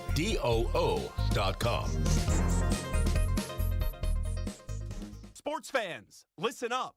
1 in 8 men will be diagnosed with prostate cancer, and bladder leaks can be a side effect. That's why Depend is teaming up with the Prostate Cancer Foundation to encourage screening. Because health is a long game, and it's yours to win. Now here's the cool part. Through November, Depend is contributing up to $300,000 to prostate cancer research by donating 25 cents for every purchase of Depend shields, guards, and Real Fit products. Void in Mississippi. Learn more at Depend.com. Hey, I'm Mike Slater. My dad passed away at the age of 63. It's out of nowhere. Had a stroke. Super hard, obviously, for the whole family, but my dad had life insurance. This is why I have life insurance for my family, for my wife and 4 kids. And the best place to get life insurance is ethos.com because you can do it in 10 minutes. And there's no medical exam and no blood test, just a few health questions. Get life insurance in 10 minutes so your family is protected. Ethos, E-T-H-O-S, ethos.com/play. Chiefs coverage sponsored by Park & Go, your holiday travel made easy with all covered airport parking. Heading out of town for the holidays? Make travel easy with Park & Go. Enjoy all covered parking, free shuttles, and luggage help that'll have you feeling merry and bright. Reserve your spot now at bookparkandgo.com. Happy holidays from Park & Go. Here's traffic, brought to you by DM Injury Law. Have you or a loved one been in a car wreck? Contact DM Injury Law today and get the money you deserve. Car wreck? Remember, Mike's got this. We've got a crash, Pleasant Valley 35 northbound as you approach 69. Move to the left. This one is off to the right shoulder, and a lot of onlooker delay. Down south, working that crash 435 eastbound at Knoll. It's off to the right shoulder. I'm Val with traffic on 96.5 The Fan. You're listening to 96.5 The Fan from the DM Injury Law Studios. Mike's got this. Hey, it's Juju Smith-Schuster from the Kansas City Chiefs. Welcome back to The Drive with C-Dot on your home for Chiefs football. 96.5 The Fan. All right, welcome back into the show. I want to read this text to you guys really quickly. We're kind of going through some of the playoff scenarios for the Kansas City Chiefs. Someone just texted in, C-Dot, if the Chiefs play their A game from here on out, do you think they can win out? Do you think the Chiefs at their A game, do you think they're better than the competition? I don't think that the Chiefs need to just now magically play their A game for the next 2 months. I don't think that that's realistic. Now, maybe this doesn't make sense, but it makes sense in my head. I think the Chiefs can simply play better by simply eliminating the silly mistakes that have doomed them in the end. If you change 2 scenarios in the game, 2 scenarios, then the Chiefs win the game. If on 3rd and 12 in the red zone, Patrick Mahomes simply throws the ball out of bounds. That's it. Throws the ball out of bounds on 3rd and 12. They then have a less than 40-yard field goal. Less than 40-yard field goal. I think they make it based on how the game was going. Now, maybe you could say it gets blocked. I don't know. But I assume they make that kick. I don't think we are now saying, man, the Chiefs played their A game. No, their drive stalled in the red zone. If he throws the ball out of bounds, I think they win. The Chiefs get a go-ahead touchdown from Travis Kelce. Everybody on that team's energy was that they had won. It was a knock-em-out, grind-out kind of game. Kelce scores, and I think the expectation was that the Chiefs, they were about to do what they always do. It was in the final 15 minutes of the game. Kelce scores. Their defense gets a big stop. Mahomes grinds out the clock. The Chiefs win the game. If they kick and make the extra point, and it is a 4-point game as opposed to being a 3-point game, I don't think we look at that as the Chiefs going on the road and playing their A game. They just simply eliminated 1 or 2 mistakes that happened, and it radically changes how we feel about them. Think about the games that they have had. Now, this might just seem super obvious, but this is me just thinking it out. Man, I don't know if in these games we look at the Chiefs as a whole as playing a whole lot better.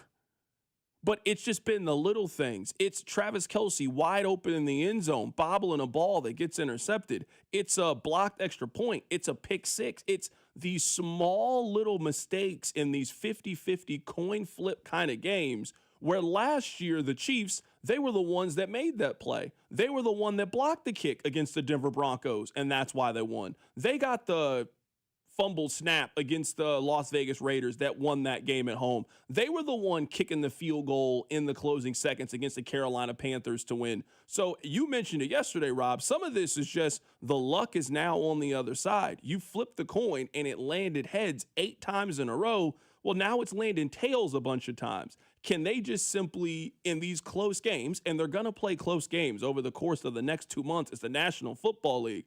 They just got to figure out a way when they're back in that coin flip scenario. They just can't continue to make the mistake that shoots themselves in the foot that ultimately does them in, because that's how they've put themselves in this situation. So 2 things. I don't want to speak for the texter, but I think it's possible what you're describing is maybe not the A game. I don't want to get into the semantics of it, but I think there is a thought among Chiefs fans that if they just stop shooting themselves in the foot in these games, they will win these games. Now, maybe that's the A game and that's the B game. I don't get into the semantics of the letter grade of the Chiefs game, but I think the texter's point is when they play at their best and they don't make those errors, you think they can still win those games, which I think that point is valid. I would say this about cleaning up the errors in the A game and this whole conversation. We are 10 games in the NFL season. Carrington, at what point do you think you are what your record says you are? Because the Chiefs are 5-5, and the mistakes they're making in the loss to the Broncos are not new. They're not like, wow, can you believe they did that? That's very out of character. They have come up in every single loss. If I go back and pull the audio from October whatever, after the Tuesday after the Chiefs lost the Jags, do you know what we're going to be talking about if I pull the audio? Mental errors, lack of discipline, flags, special teams mistakes, and a bad turnover. That's the same thing we're talking about now in the Denver game. We can rewind the clock and pick a different loss if you'd prefer. You can talk about the same things from basically the Chargers game. You can talk the same thing from the Eagles game. You can talk the same thing from the Bills game. So I agree with your point, and I agree with the texter's point. When the Chiefs are at their best, they're not making mistakes, and they're playing, more mistake-free football, eliminating bad football, as Romeo Cornell would say. Yes, they're better. But they're 5-5, and these issues have been constant, and it's nearly Thanksgiving. You are eventually what your record says you are. You can't just flip a switch and say, okay, mistakes done, because now it's November 18th. They keep popping up over and over and over again. I think all of those are fair points. I would counter with this. Let me counter with this. Let's say that at a company, you were their top salesman for 5 years. You work at a car dealership. You have been the number one salesman in the region for 5 consecutive years. Now you got a bad 6 months. Did you stop being the best salesman? Or is it potentially some other things that are going on that now your numbers have dipped a little bit? I think the reason why the Chiefs are getting so much of the benefit of the doubt is it's not like this is a completely new cast of characters. These are the same characters that you know when it comes to Kansas City. We're talking about Andy Reid, Patrick Mahomes, Matt Nagy, who's been a head coach in this league, been the offensive coordinator, Travis Kelce, Chris Jones, Trent McDuffie. It's not like we don't know these characters. So I think a major reason of why the Chiefs continue to get the benefit of the doubt in almost every single conversation. It's like they've turned into a team from the SEC. They just win every single hypothetical. It is that benefit of the doubt because you've seen it before. There is no reason why the Chiefs are such a big favorite over the Colts other than they're the Chiefs. It is not anything based off what has happened in 2025 that they would be a 4.5-point favorite at home against the Indianapolis Colts. It is solely based off what I'm talking about. Hey, they've been the best salesman in the region for the last 5 years. And I fail to think that person forgot how to sell cars. So eventually you think that the numbers just kind of bounce back. I think Vegas is telling you, I think the public is telling you that they expect the sales numbers for the Chiefs to bounce back. So I don't disagree with what you're saying. You are what your record is. And I think that would be the case in 99.9 examples that we could give of NFL teams at this portion of the season. I'm not ready to say that yet for Kansas City just because I've seen them in bad situations and I've seen them dig themselves out. You're not supposed to win the Super Bowl by double digits when you're down 10 with 8 minutes to go. Like from a math perspective, you are not supposed to win. You are not supposed to beat the Eagles when your quarterback is playing 70% on a hobbled ankle and you score 35 points against them. So I think a lot of it is the public just doesn't want to be seen wrong when it comes to Kansas City, and they just get the benefit of the doubt for what they've done during this stretch. I understand that, and I truly think it's a fair point about the benefit of the doubt. I think, though, each individual Chiefs season and NFL season needs to be viewed somewhat in a vacuum because even though it's the same cast of characters, the outcomes are different. And yes, you're right. In 2022, Patrick Mahomes on a bum ankle after an MVP season was great in the Super Bowl. But if you're telling me, well, I saw Mahomes do it in Glendale in 2022, and that's why I think in November of 2025, it's just a matter of him turning it on, I would tell you 3 years have elapsed. I would tell you time has marched on. And I would also tell you, maybe if you don't want to take the every season in a vacuum, that's fine. I would tell you last season, they were 15-2. They were also, of their 15 wins, 12-0 in coin flip games. And maybe you don't want to call them coin flips. Maybe you want to call them, 50-50 propositions or 60-40 because that's what winning teams do. That's fine. Every mathematician, every statistical person, every Sam Munson PFF type would tell you that regression is coming from 12-0. I mean, it's happened. And it has Regression happened. And it has literally happened. So you're right. I've seen them do it, but I haven't seen them do it in a long time. And last year they were doing it. It felt a little smoke and mirrorsy when it was happening. And now it feels smoke and mirrorsy because those same games are going the wrong way. Yeah, but I guess I would argue, though, that if we're arguing regression, shouldn't regression then happen on the other side? Like, they went undefeated, and now they are defeated. It's usually somewhere in the middle. This team does not need to be 11-0 like last year to make the postseason in one-score games. We all agree they're going to play more one-score games, right? Like, nobody thinks they're just going out here in these next 7 weeks and just pummeling teams. No, they're going to play. They don't need to be 11-0 when it comes to those games. If this team at the end of the season can be 4-6 in one-score games, they make the postseason.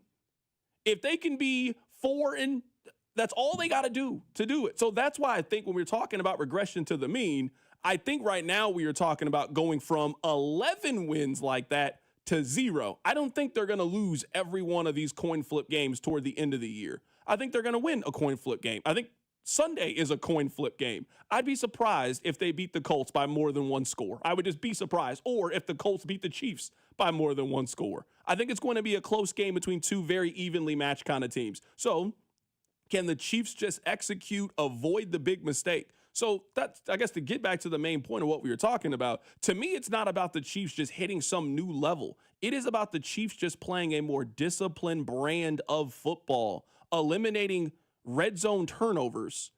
I've seen Patrick Mahomes do it before. We've seen seasons where Mahomes had 12, 13, 14 interceptions in the regular season, and then when it's postseason time, he plays a much more conservative brand of football and protects it. It's about making extra points. That's what we're talking about. Making extra points. I don't think you got to move up some huge letter grade in terms of effort on how you're playing. It's just eliminating those back-breaking mistakes and not letting them compound the way that they have. That's fair. And I think where me and fans kind of disagree is, to an extent, this feels like the 2023 season. Remember they lost that game on Christmas? They were 9-6, and it was the team wasn't very good. Yeah. Let's be. I mean, that just happened way earlier in the season this year, is what you're saying. Exactly. But you'll remember, to my flip a switch point, the Chiefs quite literally just flipped a switch like I've never seen a team do in that postseason. Now, part of the flipping a switch was they just stopped giving the ball to people not named Rashee Rice and Travis Kelce, but they got red hot in the postseason. They won 2 postseason games in a row, won the Super Bowl. So I think some of that benefit of the doubt that fans and media and everyone, including the Chiefs, is I've seen them flip that switch before. We've just never seen them have to do that in November. We've never seen them have to pre-Thanksgiving say, okay, it's time for Mahomes to shift into playoff mode and be super conservative with the football. And looking back at 2023, when you look at the 3 postseason games, I'm going to push the Dolphins game to the side. The 2 postseason games on the road, then the Niners game. Man, the Chiefs were living, on the margins in those wins. They beat the Bills by a missed field goal. They beat the Ravens by a touchdown, but they had a forced fumble at the goal line. They obviously beat the Niners in the Super Bowl by 3 points because of the overtime snafu for Kyle Shanahan. If you're telling me Mahomes and the Chiefs need to shift into conservative, be smart, playoff football mode like they did in 2023 when they got red hot won the postseason, you're probably right. They can switch into that mode. But even if they do that, I don't know that they can survive on those razor-thin games for 2-3 months the way they did for 3 games back in 2023. Because that's going to be everyone's analogy is, well, they flipped the switch in 23 and got red hot.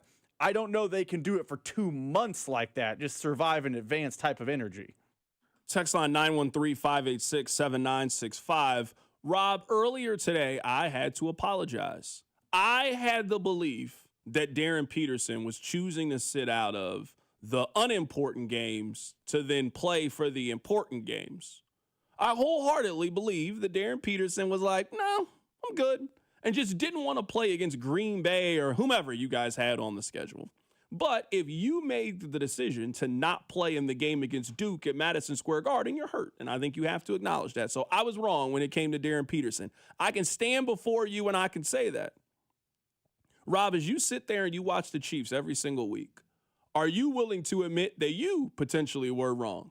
We have let you sit here every day on this show and tell us that running back doesn't matter. Running back doesn't matter. Running back doesn't matter. You don't need to run the football. You don't need to run the football. When I would argue that right now the Chiefs' number one problem on their team, offense, defense, special teams, the number one problem on their team is they have no threat to run the football at all, and it changes the way that teams defend them.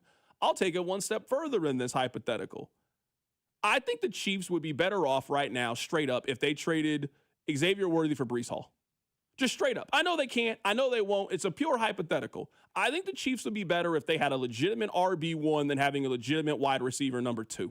I think they have enough wide receivers. They got 4 or 5 wide receivers that I like, 4 or 5 wide receivers that I trust. They have 0 running backs that have any level of explosiveness or game-breaking ability or that can scare you to break a big play. In the same way that I had to admit, Rob, before everybody, that I was wrong about Darren Peterson, are you willing to admit that maybe, quite possibly, your stance on running the football is incorrect and not a great way to build your team? Because the Chiefs are doing it the way that you have been saying do it for 3-4 years. Don't invest anything in running back, pump more in the wide receiver, throw. You don't need to run the football. That is not a winning offensive strategy, not for this team, not based on what I'm seeing. Well, no, I won't be apologizing for that because I'm right. I know I'm right. I should be celebrated in the streets for my correctness because this is not new. This is not a 2025 thing. The Chiefs, post Jamal Charles, don't invest in running back. They just don't. Basically, since Brett Veach became GM and he made that mistake of a draft pick with Clyde Edwards-Helaire, ever since that day, it's like he, turned the TV off or his Zoom camera off on that draft night, went back into his basement and went, whoops-a-doodle, I made a mistake. Because ever since that moment, he has treated running back the way I treat running back. And guess what the Chiefs have done every year that that's happened? They've been in or around the Super Bowl. They have allocated assets to everything except running back. And guess what they keep doing? Winning at a high level. Now, this season, the winning has stopped to an extent. But I don't think the winning has stopped because, oh man, the lack of running back, investment really caught up to them. I think it's everything else. But last year, the team was 15-2. Their running back was a decrepit Kareem Hunt. They were fine. They made the postseason. The year before that, it was Isaiah Pacheco. Even when Isaiah Pacheco was healthy, no one confused him for Barry Sanders in his prime. He was always just fine. They went to the Super Bowl that year. They did it the year before with Pacheco. They went to the AFC title again the year before that with Pacheco. The year before that, if we rewind the clock all the way back, it's Clyde Edwards-Helaire, who everyone and their grandmother wanted cut. They found water from a rock with Jerick McKinnon. He became a star in Kansas City. Brett Veach, since Clyde Edwards-Helaire, has not invested in running back, and the winning train has been going down the tracks with ease. I don't think after 7 years of success, suddenly it's just, oh man, no run game, and that's why the Chiefs stink. I think there are other factors that are hurting the Chiefs' offense this year beyond just, oh man, running back. I think the league is changing. I do. I really think the league is changing. And I would say that your way of thinking about the way that offenses are built is flawed in how we are talking today. I think the Chiefs, or any team, I think you have to run the football. I've been saying this for years, so this is not some Johnny-come-lately opinion. The Chiefs continue to ask Patrick Mahomes to do things that no other good team is asking their quarterback to do. We could go through on who you think the top 10 quarterbacks are in the National Football League. Every one of those teams have invested in some kind of way in running the football. And they have an identity when it comes to running the football. They might not have the best run game in the National Football League. Everybody doesn't need Jahmyr Gibbs, but you have to have the ability to have some level of explosiveness. Rob, I gave you the stat yesterday. If you were going by explosive rates, the Chiefs have the worst run game in the 21st century. It is the least explosive, least dynamic run game over the last 25 seasons. So I see, and we've been arguing this now for months now. Oh, well, they're getting 4.4 yards per carry. No one is afraid of the Chiefs' run game. Because one of two things, they're not capable of breaking a big run, so you don't ever really need to be that afraid of it. And sure, maybe they ran it on first down and got 5 yards. You're not worried about them running it again. So You don't got to respect the RPO. You don't got to respect the play action. I know Mahomes is going to keep it. I know they're not handing the ball off. So just how you defend this team is different. So someone is saying, clear up what you mean. I'm saying is, with the way that the Chiefs are built, and I know they wouldn't make this trade, the Chiefs would be better off if they had a little less punch when it comes to their wide receiver room and balanced all that punch out when it came to running backs and ability to run the ball. I think Xavier Worthy's a fine player. You can have Xavier Worthy and a good run game. But I'm saying right now, if you could just do a player-for-player swap, and you could swap out Xavier Worthy for a more than capable running back, their offense would be better and more well-rounded. And I think, and I understand what you're saying, I don't think that's a running back talent issue. I think there are other factors at play. I think it's yes. I think that's the answer. I think their scheme is bad. I think their scheme is bad. But I also think I don't think they have a running back that could really fit many schemes. Their running back they don't have any pop at running back. I think if to your Breece Hall, let's use him as the analogy. I think if they had Breece Hall running back, all the same problems in the run game would exist with a new toy back there. Andy Reid, this was the lead of the show yesterday. I know we're against the break. The lead of the show was they're not adjusting. And what Andy Reid was doing running the ball in 2015 in Kansas City and 2005 in Philadelphia is the same thing he's doing today with the same personnel groupings and the same coordinators and the same, sphere of influence coaches he has. The league has finally caught up. I think if you had Breece Hall, they'd have the same problems. Mitchell Schwartz, who we're hoping to get on the show this week, has screamed from the mountaintops every week on Twitter, stop running from shotgun. That's not a running back talent issue. That's a scheme issue. So for your point about the run game is not dynamic, I don't think it's a problem of who stands next to Patrick Mahomes. I think it's a who's in Patrick Mahomes' head calling the plays. And if that changes or there's a philosophical change there, even a tweak there, I think an Isaiah Pacheco, Kareem Hunt, Brashard Smith, three-headed monster would be good enough. It would not be historically bad. But until the green dot voice changes, what's going into the play call changes, or a shift in philosophy changes, I don't know that anyone standing behind Mahomes is fixing these problems. Let's continue this conversation on the other side, because I hear what you're saying about the scheme, but I think there are some undeniable principles about sports that I think you're missing here. I'll explain. Keep it right here. It's The Drive. The Drive with Carrington Harrison, brought to you by DM Injury Law. Have you or a loved one been in a car wreck? Contact DM Injury Law today and get the money you deserve. Car wreck? Remember, Mike's got this. Tune in Mondays at 4 to hear the play-by-play voice of the Chiefs, Mitch Holtis, on your home for Chiefs football. 96.5, The Fan.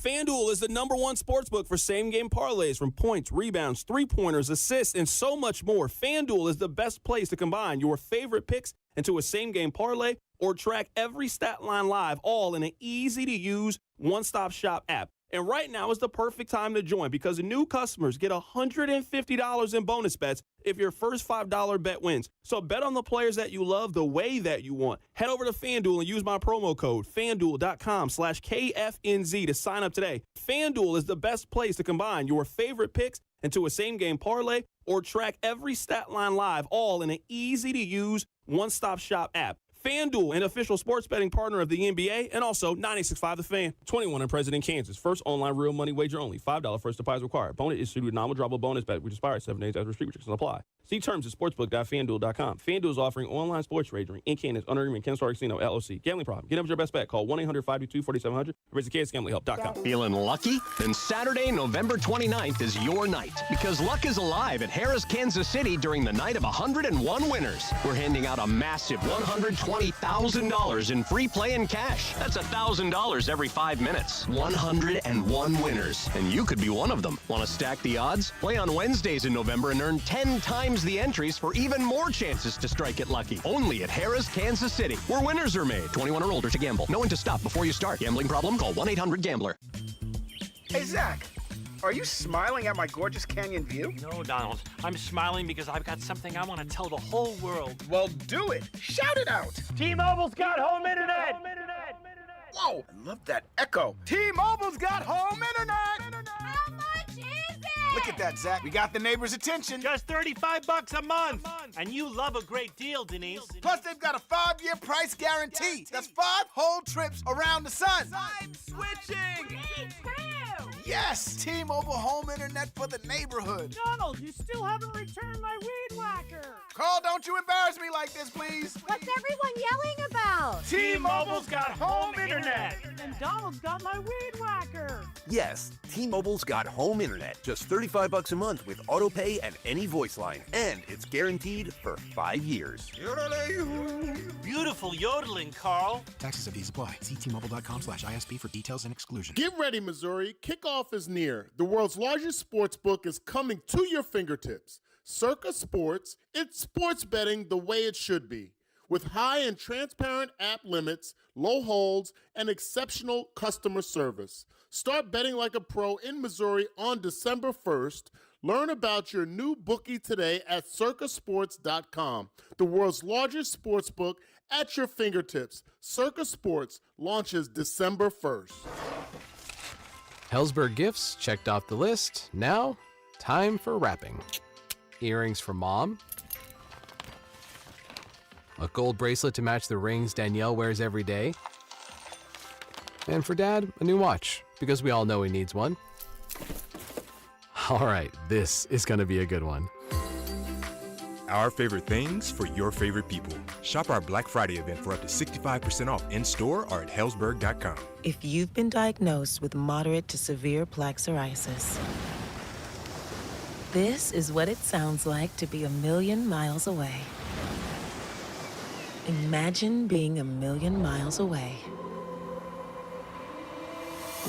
Tremfya guselkumab, taken by injection, is a prescription medicine for adults with moderate to severe plaque psoriasis who may benefit from taking injections or pills or phototherapy. With Tremfya, clearer skin is possible. In clinical trials, at least 70% of patients saw at least 90% clearer skin at 16 weeks. Results may vary. Tremfya is also indicated for adults with active psoriatic arthritis. Serious allergic reactions and increased risk of infections and liver problems may occur. Before treatment, your doctor should check you for infections and tuberculosis. Tell your doctor if you have an infection, flu-like symptoms, or if you need a vaccine. Ask your doctor about Tremfya. Call 1-800-526-7736 or visit tremfya.com. Sports fans, listen up.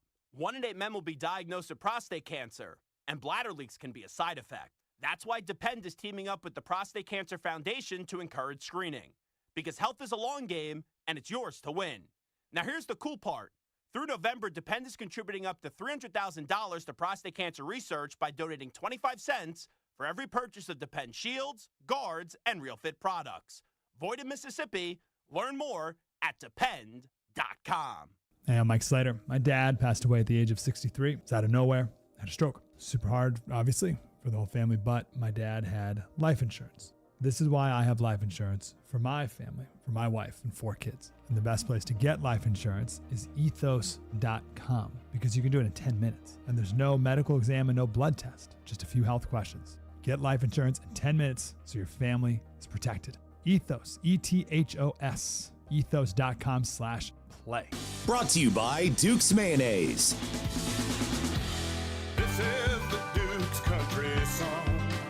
It's a song about the best mayo. It has a yellow lid, and its full name is Duke's Mayonnaise. Get Duke's Mayo in store. It's got twang. Here's traffic, brought to you by DM Injury Law. Have you or a loved one been in a car wreck? Contact DM Injury Law today and get the money you deserve. Car wreck? Remember, Mike's got this. We've got a crash in the Triangle, 435 northbound. The problem is just past Bannister in the right lane. And then Shawnee, that's a stall, but big backups. 35 northbound, it's past Antioch. Off to the left shoulder, people stopping to take a look. I'm Val with traffic on 96.5 The Fan. This is 96.5 The Fan, your home for Chiefs football. All right, Rob, we're here arguing about running backs. That's our favorite thing to argue about. And it started with, I have to admit that I was wrong about Darren Peterson. I thought Darren Peterson was pulling a no-call, no-show at work. And I thought he was just choosing to sit out the games that didn't matter to play in the games that did matter. But he's sitting out today. And the point was, if I can admit that I was wrong, I want Rob to admit that he has been wrong about the Chiefs' run game. You guys have heard Rob, and Rob makes it seem like running the football and not having identity when it comes to running the ball he makes it seem like it doesn't matter. And when I look at every team that we think can win the Super Bowl, they have an identity when it comes to running the ball. I'm not saying that you got to be the best team in the league at it, but there has to be a threat. There has to be a measure of physicality. You have to have an identity when it comes to running the ball, and the Chiefs don't have that. And I don't think their offense can be well-rounded and as complete as it needs to be if that's not where they are. So, Rob, before we took a break, you were talking about scheme, and I completely understand that. But this would be the comparison. And to use cross-sport analogies, Darren Peterson, we think he can be the best player in the sport is because he can take guys off the dribble and create his own shot. Like, I know they draw up plays for him and screens, but in basketball, we all know at some point you got to have the ability to go get your own shot. At some point in baseball, they're going to throw you a really good pitch, and you're going to have to do something with that really good pitch and put it in play and get a hit. And that is what separates the good hitters from the great hitters. As a running back, you got to have the ability sometimes to make something out of nothing. That sometimes you're not going to have the best offensive line. The scheme is not going to be perfect, but you have a way to get through the hole, be shifty, make a guy miss, run over somebody, jump over somebody. You got to have the ability to do something special. And I look at their run game right now, and they just don't really have the ability to do that. So I'm looking at their run game, and I understand why people make the point about yards per carry, yards per attempt. And yes, that absolutely matters. But where I think it's a little bit different from Kansas City is just how they run the football. Let's say that the Chiefs on first down, they run it and they get 4 yards. That's a good carry, right? It's 2nd and 6. We all know the Chiefs are not running it on 2nd down. And I would also say you are never afraid of the Chiefs having a big play. You're never worried about one of the times where they give it to Isaiah Pacheco when he gets 35 yards on a carry. Or you're not worried about Kareem Hunt getting you a big 50-yard play where you ever need to be afraid of their run game. And I think as teams have just gotten more and more bullish on what's happening, I think teams have just gathered more and more information and more data on how to defend this team. We just saw the Broncos, who have one of the best defenses, if not the best defense in the league, without their best defensive player, who's the reigning defensive player of the year, and without their middle linebacker. And they held the Chiefs to 19 points. Like, they outplayed Kansas City's offense on the 2 biggest drives of the game when it is top 5 offense on paper against top 5 defense on paper. Man, the Broncos got them off the field in 6 plays. They didn't get a first down. This is not supposed to be an offense that you feel like you can very easily stop. Why is that the case? I think a large portion of it is the Chiefs don't have balance and they just don't have an identity when they want to run the football.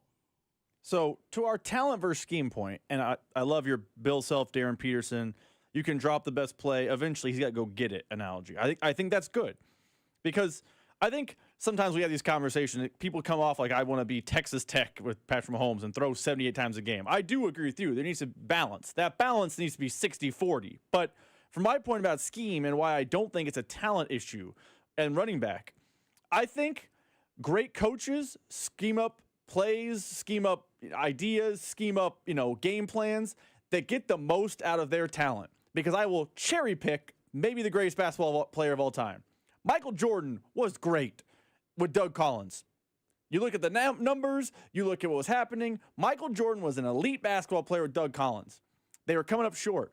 And then I watched a 10-part documentary where they said what unlocked Michael Jordan to hit a new level, to take a step above, was Phil Jackson introduced the triangle. And now he has put Michael Jordan and the other players in a better position to succeed, and suddenly they were racking up championships. And despite the fact they had the greatest player of all time, they were doing it with help from people that we will never remember the name of other than NBA fans. John Paxson was making game-winning shots because the scheme was putting other players in position. Where my frustration with this Chiefs run game is, I don't think Andy Reid's run game scheme, or maybe it's Matt Nagy's, maybe it's Andy Heck, I don't know who it is. But whoever it is, they're not putting their running backs in a position to succeed. Because what we have seen over a 10-game sample size with Kareem Hunt and a little bit of Pacheco post-injury, injury he got last season, to clarify that, is that they are better running the ball from under center. And Andy Reid just isn't doing it. his scheme is not putting his players in a position to succeed. So unless the Chiefs were to trade for the best shotgun runner in the NFL, who I don't know who that is off the top of my head, because who just knows that, I think the scheme is letting the Chiefs down more than the talent. And for you, before the break, said they would be better off with Breece Hall versus Xavier Worthy. I don't know Breece Hall is some magic cure-all, because I don't know that Andy Reid's scheme right now is designed to get the most out of that player, because his scheme right now seems designed to, this is what we do, get in line. That's not how coaching should work to me. Rob, let me ask you this. It's not even like a gotcha. I'm just genuinely curious. What do you think's more likely on Sunday? Jonathan Taylor runs for 200 yards or Kareem Hunt runs for 70 yards? Taylor for 200. It's not good. It's not good at all. I would agree it's not good. We agree on that point. I just think the reason that Hunt can't get to 70 is different than the reason you don't think Hunt can get to 70. Yeah, I also think, Jonathan Taylor runs for 200 yards. It's just, we need to start doing. We need to have Mel Kiper on the show is what we need to do. It. What's Taylor Matt Miller doing on my? Who needs Mitch Holtis when you can have Matt Miller after that? And this is what I maybe push back on. Someone on the text line says, in a 30-year sample size, Andy has never wanted to run the ball. I don't agree with that. We can think of a handful of running backs that have played their best football under Andy Reid. I don't think that has just completely gone out the window. I don't think that Andy now doesn't have the ability to create a Deuce Staley or a Brian Westbrook or a LaShawn McCoy or the year that he had with Jamal Charles or Kareem Hunt. So I don't want to make it seem like these things have never happened. I just think that the league started to change a little bit around Kansas City, at least when it comes to how to build your offense. And I don't think the Chiefs adjusted and kept up with it. It wasn't that long ago. You remember that the top running backs in the National Football League were basically all threatening to hold out because teams didn't value them. That happened during the middle of this run, right? This happened 5-6 years ago. Everybody could have got Saquon Barkley. Everybody could have got Saquon. He was sitting right there for nothing. And I think since then, and maybe it was honestly a direct result of the Chiefs. Hey, we can't out-quarterback Kansas City, so let's try to give our quarterback a good run game.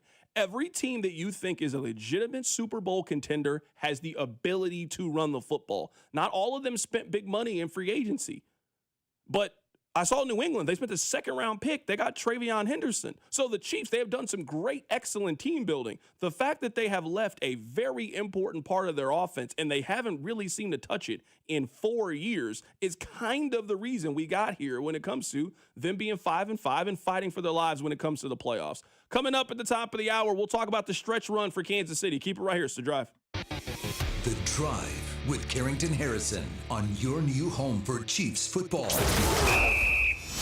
96.5, The Fan, brought to you by DM Injury Law. Have you or a loved one been in a car wreck? Contact DM Injury Law today and get the money you deserve. Car wreck? Remember, Mike's got this. Here's traffic, brought to you by DM Injury Law. Have you or a loved one been in a car wreck? Contact DM Injury Law today and get the money you deserve. Car wreck? Remember, Mike's got this. Got a crash in the Triangle, 435 northbound, just past Bannister. Right lane is blocked. Gardner, that's close. 35 northbound, just past Gardner Road. They'll open it up here pretty soon. They've got a wreck shut down. They need to move everything off the freeway. I'm Val with traffic on 96.5 The Fan. The holidays are right around the corner, and that means you're going to be doing a lot of cooking at home. So as we get closer to the holiday season and you're starting to prep those meals, you got to make sure the flavor is right. And the flavor can be right if you go get some of that classic Gates seasoning. They got 4 different flavors. They got extra hot, they got original, they got the sweet and mild, and of course, they got the Gates salad seasoning, And as I've been trying to cook a little bit more, I'm trying to be a little bit more health conscious. I'm getting older. I got to take care of myself. I got to use the right seasoning. Today, when I was making breakfast, I was making some eggs. I put a little bit of that Gates seasoning on there to put my eggs over the top. It's great with a lot of different things. Green beans, spinach. Put that in your food. Put that in your meal as you're getting ready for Thanksgiving. You're getting ready for the holidays. Use that Gates seasoning as an ingredient as you're starting to marinate your meats as you're getting ready to cook that bird here coming up in a couple of days. And if you're looking for a quick side dish, make sure you stop by any one of the 5 area locations and get right. And we got tailgate season coming up with the hometown team in Kansas City this week. Go stop by the Gates location over on Main Street and pick yourself up a tray of those classic Gates chicken wings to get things going. Be sure to stop by any one of the Area 5 locations. Go on the website, but be sure if you got any holiday food plans, they include Gates Barbecue. Brought to you by Gomer's. 5 locations in the KC Metro or online at gomers.com. If ringing in the holidays includes cheers and libations, Gomer's has your back.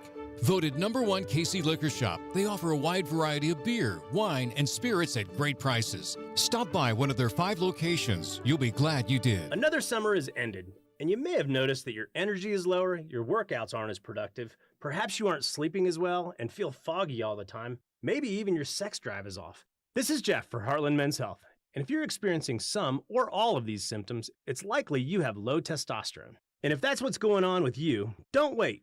You need to call us at Heartland Men's Health and get treated for your low T, because living with low testosterone is no way to live. With our low T treatments, if you're like most guys, your life will change considerably. Improved sleep, better energy, greater gains in the gym, better mental clarity, and your sex drive will likely improve as well. Plus, most men see these results in just a few weeks. So call us. Your initial visit is just $99 and includes PSA and T-test and a medical consult. And if you start on testosterone the day of your appointment, your visit is free. Call 844-447-6600. That's 844-447-6600. Or go to heartlandmenshealth.com. Play Kansas Lottery's holiday scratch tickets for a chance to win up to $100,000 instantly. Enter tickets into Play On for a chance to win bonus drawings. See kslottery.com. I know that hiring can be challenging. You sort through tons of resumes and you get too many so-so applicants. You're just waiting for someone to match your role perfectly. Well, now, there's a place where you can meet them fast. ZipRecruiter. Need to hire right away. Start your search for strong candidates. The right fit awaits. Build your team. Build it sooner. Meet your match on ZipRecruiter. Just head to ZipRecruiter.com/free right now to try it for free, and you're on your way to meeting your match. 4 out of 5 employers who post on ZipRecruiter get a quality candidate within the first day. So try it now. Go to ZipRecruiter.com/free. Once again, that's ZipRecruiter.com/free. Meet your match on ZipRecruiter. Try it free. Ready for action, hockey fans? BetMGM, an official sports betting partner of the NHL, is giving players another reason to lace up and hit the ice this season. BetMGM is adding extra excitement to the goals, the checks, the face-offs, and the breakaways with special promotions, new features, and more. Log in throughout the season to find odds boost tokens, no sweat tokens, and parlay boost tokens in your account to amplify your winnings. Enjoy enhanced product features like Dark Mode 2. Log into BetMGM, an official sports betting partner of the NHL, all throughout the hockey season to see what's new. BetMGM and GameSense remind you to play responsibly. Gambling problem? Call 1-800-GAMBLER. See BetMGM.com for terms. 21 plus only. Kansas only. Existing customer offer. Subject to eligibility requirements. Rewards vary and expire in 7 days. Please gamble responsibly. In partnership with Kansas Crossing Casino and Hotel. Numerous brands to choose from, endless options, one incredible experience. At Aristocrat Motors, we treat every driver like royalty and offer the finest luxury vehicle experience in Kansas City. Come see us today and let us roll out the red carpet for you. The technicians you can trust with your house keys. Anthony Plumbing, Heating, Cooling, and Electric. Stay comfortable year-round with fast, reliable service 24/7, even weekends and holidays. Already invested in repairs? Save up to $4,500 on a new HVAC system. Schedule today at AnthonyPHCE.com. What's up, KC? It's Drew Tranquil. Tune in on game days to hear the play-by-play with Mitch, Danon, and Kling on your home for Chiefs football. 96.5 The Fan. KFNC FM and AM, HD1 and HD2, Kansas City, an Odyssey sports station. Sometimes I get distracted, and that's my fault. I would say that's one of my flaws as a sports talk radio host. But sometimes, Rob, I get glimpses into the way that the text line thinks, and sometimes I understand why there is a disconnect. So in the commercial that I did for Gates, I was talking about how I used the Gates seasoning on my eggs today when I was cooking. someone, I don't know if they were going back and listening to the show. I don't know if it was playing during the commercial break. I wasn't really paying attention. And the gentleman texted in, C-Dot, what? You put seasoning on your eggs? Come on, my guy. What are you doing? Rob, is this a Two Americas thing? Rob, you don't put seasoning on your eggs? No, Rob, don't try to now fake work. Hold on here. I'm saying is, let's say that you, and we'll get to the Chiefs. This is important. You telling me that tomorrow you decide that you're going to make breakfast for your wife. Hey, babe, you know what? I want to make sure that you have 3 balanced meals today. I'm going to make you some bacon, eggs, and toast. So you get up, and I don't know how she likes her eggs. I like my eggs like over hard, you know? You don't put seasoning in the eggs? I'm abnormal for putting seasoning in there? You're not spicing up, giving it a little flavor? And I'm not just talking about salt and pepper. I mean like you're not putting no seasoning in the eggs? That don't sound crazy? It depends. For me personally, I can't speak for everyone on the text line. I can only speak for me. It depends on the type of egg I'm having. Because sometimes I'll make like a fried egg. You know, the healthiest way to eat an egg, just fry it. And I'll put it like on a burger, or I'll have it as part of breakfast. And I'm going to put a Cholula or some hot sauce or a ketchup and mustard if it's on a burger on there. So I don't need to season the egg on top of that. But folks, I'm really quick. I'm sorry to cut you off. People are saying I only use salt and pepper. I would say the salt and pepper are a seasoning. Now, I mean, I use some different flavor. Yeah. I mean, I might put a little, Mrs. Dash on the eggs from time to time. I might put a little onion powder on there from time to time. I'm just saying, we just out here raw dogging eggs? I think salt and pepper is an obvious. And then from there is where people can or can't get weird. But salt and pepper is like that's the baseline requirement. Yeah, I was just, the dude, he said salt on your eggs like I was crazy. Like that was an abnormal activity. Like I was a wild person for having this thing.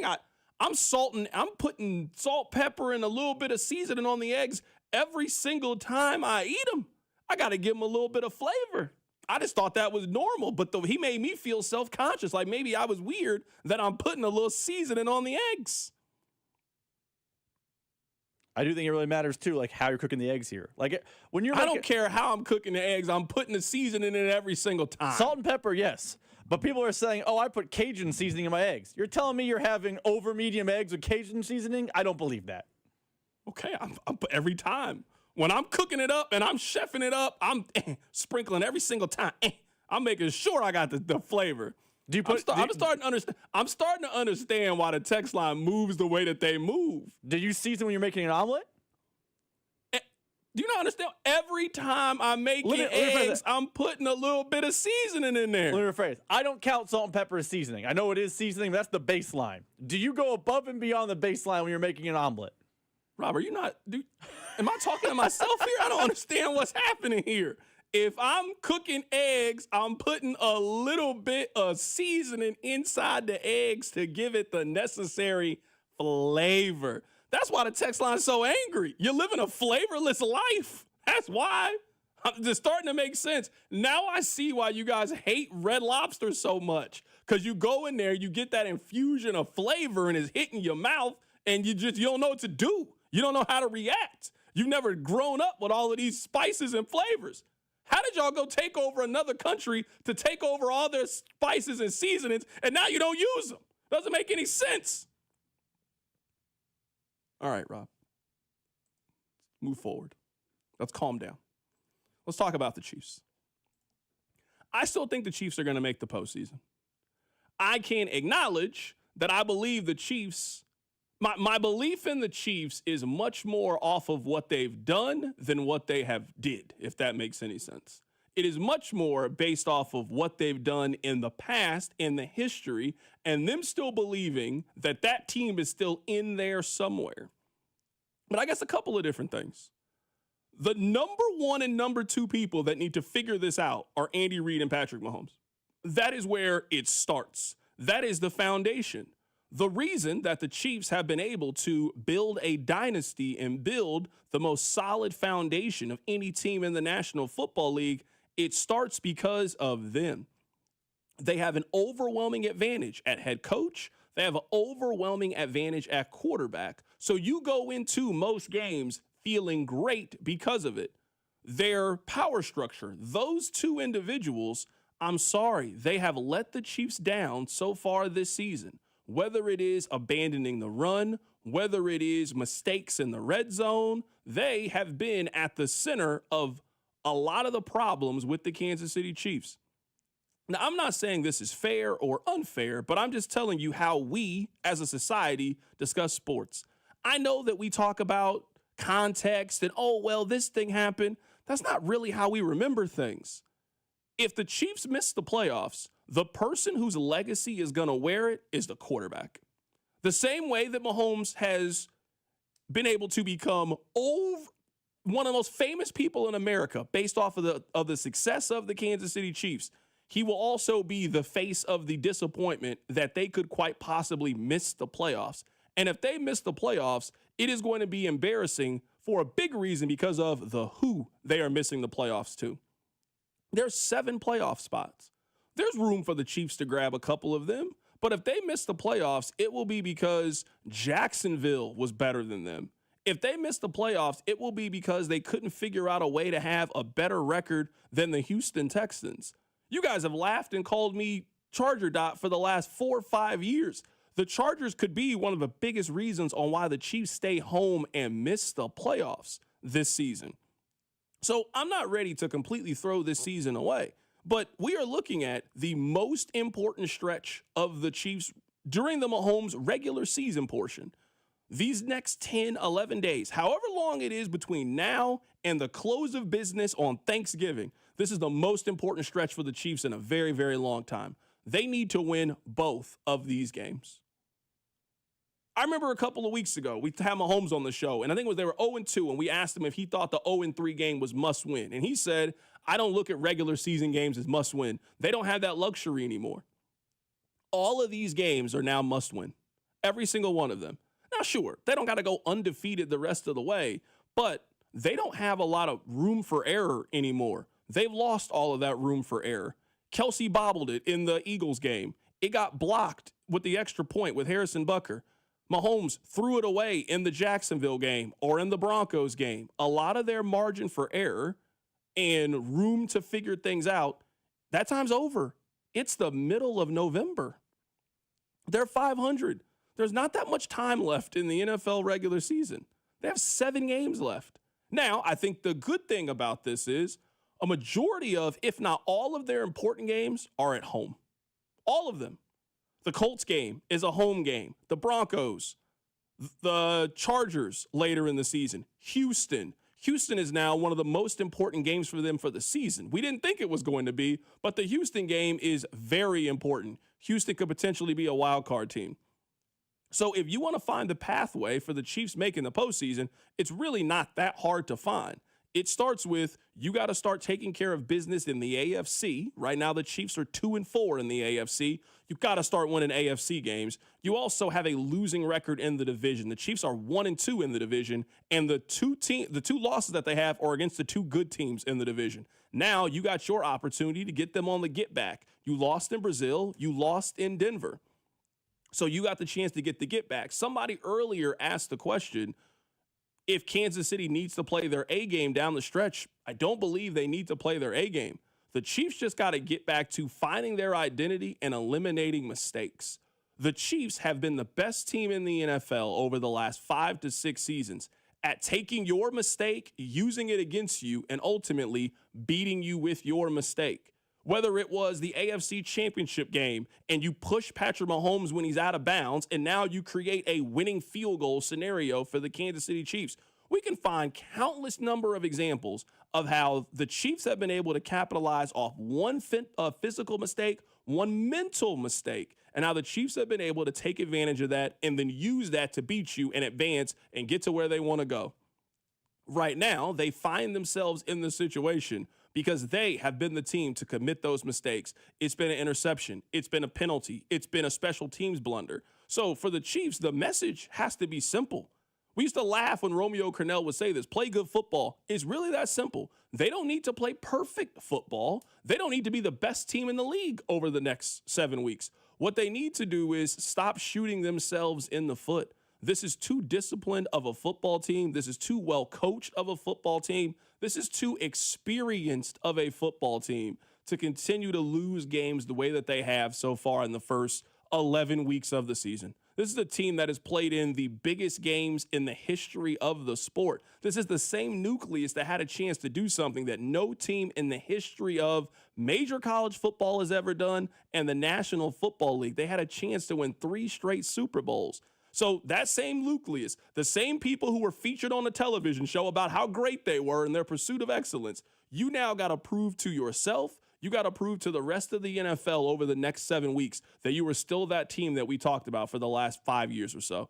If you missed it, Jeff Saturday was on the show earlier today. We'll play that for you coming up in about 15 minutes. But Rob, let's get to the hits. Your workday is over. Oh, yeah. You're headed home, and now you're stuck in traffic. Time to get caught up on the biggest stories in Kansas City and around the country with CDOT and Rob. It's time for the hits. Number 1. Carrington Always Hits are brought to you by Baker University. Make your next era orange at Baker University, the first university in Kansas, and ranked number 1 in return on investment among private universities in the state. Baker University, forever in our orange era. Well, Carrington, the non-Chiefs top story of the day in Kansas City it's Darren Peterson, who is not playing tonight with a hamstring injury. Jeff Goodman on the field of 68 with the latest. You know, they thought it was cramps early on in the year, and it actually has been a hamstring issue that they figured out about a week or so ago, and it hasn't gotten all the way better. Now, again, Darren Peterson wants to play. He feels like he can play. He'll want to get out there Tuesday night at Champions Classic. But, you know, if you're Bill Self, you're thinking about, you know, Big 12 play, you know, NCAA tournament, having a chance to go deep in the tournament. You're not as worried about these, you know, he's been doing it a long time. He understands the value of having him at 100% when it matters most. So he's not going to put him out there. And we know how hamstrings injuries are. I mean, those things, if he goes out there and he's not at 100% and he gets it again, he's going to be out a long time. I mean, those things can keep you out for, you know, a month and a half, and then you're playing with it the rest of the year and you're playing cautious. So I think Bill Self understands he's got to protect Darren Peterson right now because Darren Peterson isn't old enough to be able to protect himself in this situation. Now, Carrington, first things first, you and I were both wrong. We thought Darren Peterson was being load managing. Turns out he was hurt. But to be honest, it had all the symptoms of load managing. He played in the Carolina game. He was practicing, and then magically he wasn't playing in the exhibition scrimmage that they had at Allen Fieldhouse. So it had a lot of load management energy. I was wrong. It is not load management. You would not load manage for the game against Duke. Not at all. Not with the NBA scouts are there. I mean, it's Duke, Kansas, Kentucky, Michigan State at Madison Square Garden. Every NBA team is going to have a pro scout there. You're not a good NBA team if you don't have a scout in New York today. We're talking about the number 1 and number 2 overall pick we thought were going to play in these games today. So the stars are going to be out today. So, yeah, you would not load manage in this game. So it's not even about that anymore. This is the question. When is Darren Peterson going to play? Because we all want to see him. Like, I know I was calling him Darren Porter Jr. earlier, and I do see some irony in the fact that when Missouri had their number 1 recruit and then he left with an injury, oh, the jokes were flying. Now Darren's out for a little bit now. But you know what? When did I talk about that? When is Darren coming back? Now, obviously, I don't know his body. I can't answer for it. But I would say KU has a home basketball game in 2 weeks. It is a home game against UConn. They have a couple of games. They play today. They go to Vegas and they play. They play Notre Dame, Syracuse. I think they get one more other guaranteed game. I don't think that Darren Peterson is playing 3 games in 3 days. That just doesn't sound very smart to me if you are coming off a hamstring injury. I think he will obviously be there in Vegas. I do not expect him to play in those games. But coming up in a couple of weeks, they have a Tuesday game against UConn, and they play against Missouri on Saturday. Now, maybe this is me just being hopeful because I want Darren Peterson to play. The last thing that I want is an asterisk whenever Missouri starts a winning streak against Kansas. We dusted you last year, and the plan is to do it again. That's the plan. The plan is to do it again. So I want everybody there. I want everybody. I want Darren Peterson there. I want David Booth there. I want everybody associated with KU basketball in attendance when Missouri hangs 100 spot on this KU team coming up in a couple of weeks. So I want Darren Peterson back on the floor. So that's the question. How do we get him back on the floor, ready to play Missouri in 3 weeks? That's all I care about. Number 2. Rob, go ahead and sell your tickets, man. Go ahead and sell your season tickets, man. I did get out of the Princeton game Yeah, before. I bet you did. I get out of the Princeton game I'm before. going to go ahead and get out of that UConn game early. Just go ahead and save yourself. You know you're going to be mad if you don't play against UConn. You've been trying to play it cool so far to all of these injuries. I know you've been trying to play it cool. You will be upset if Darren Peterson is not on the court for the UConn game. You will be upset. Yeah, I mean, 100%. Because to date, and the games I think he will miss going forward, he missed Green Bay. He missed a half of Green Bay. Excuse me. He played 24 minutes. That's his first real game at Allen Fieldhouse. I didn't care about going to the Green Bay game. Whatever. He missed the Fort Hays State game. No disrespect to Fort Hays State. I cared even less about that game. The games he has coming up. He played in Chapel Hill. He will now not play tonight in New York. He didn't play against Corpus Christi. You know I sold my tickets for Corpus Christi. That's I'm not getting out of bed for Corpus Christi. I don't even know where Corpus Christi is. Exactly. But then after Vegas, after New York, if it's UConn at home, those are the games I have season tickets for. Yeah, I'm with That's why I pay the premium. Yeah. That's why I donate to the NIL fund. That's why I do the things I'm doing. And if I go to the game against UConn and it's Cole Rosario against UConn, I'm going to feel a little bit of a way. I understand. I'm with you. And I have purchased tickets. I'm headed to T-Mobile Center on the Sunday of the Chiefs and Texans game. I will be there too. I'm going to be there regardless if Darren Peterson is there or not. But I really want Darren Peterson to be there. My tickets are bought, so I will feel the same way. But it doesn't have a lot of, the rivalry will add juice. But watching El Marco Jackson take on Trent Pierce does not move me the same way that Darren Peterson does. This is why people buy tickets. They buy tickets for the stars. You want to see the best players? No, I understand. People don't go to movies for the fourth guy on the list. No one's going to be like, hey, what's the top movie? No one's going to go to Running Man because Coleman Domingo's in the movie. You're going because of Glenn Powell. I don't know why Coleman Domingo had to catch that straight. He's a great actor. He is. No one goes to movies for him. They go to movies for Glenn Powell. I get it. I understand. I don't know why you had to do that, though, to Coleman Domingo. Fantastic actor. I don't know. It felt unnecessary to me. That's what it felt like. It felt very, very unnecessary to me. Are you confident in the Chiefs? Somebody told me this, and I can't remember who it was. I might have been Speck, might have said this. I think we get a story out of the Chiefs locker room Thursday or Friday about the mood inside the locker room. This is one of the few times I think you could get a sense of panic from the Chiefs. I think you could get a sense of panic from the Chiefs. The Chiefs have operated on a plane above everybody for the last 5 to 6 years. I think in some ways, I would say everybody has kind of had this opinion. Everybody has had one of two opinions when it comes to the Chiefs. It worked in 2022, so it's going to work now.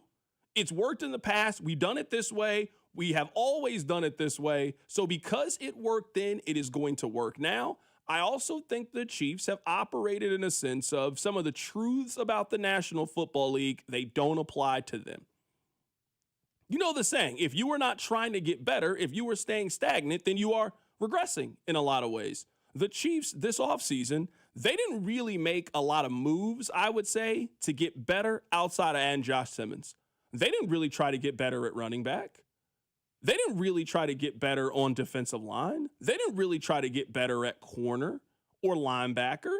The Chiefs stayed largely the same, chose continuity, and that is all fine and dandy when it works. And it worked in 2020. The Chiefs had to run it back. They stood on the podium and said, we're going to bring it back. And I think a lot of that was COVID related. And they ended up running it back, and they were phenomenal and ran through the regular season.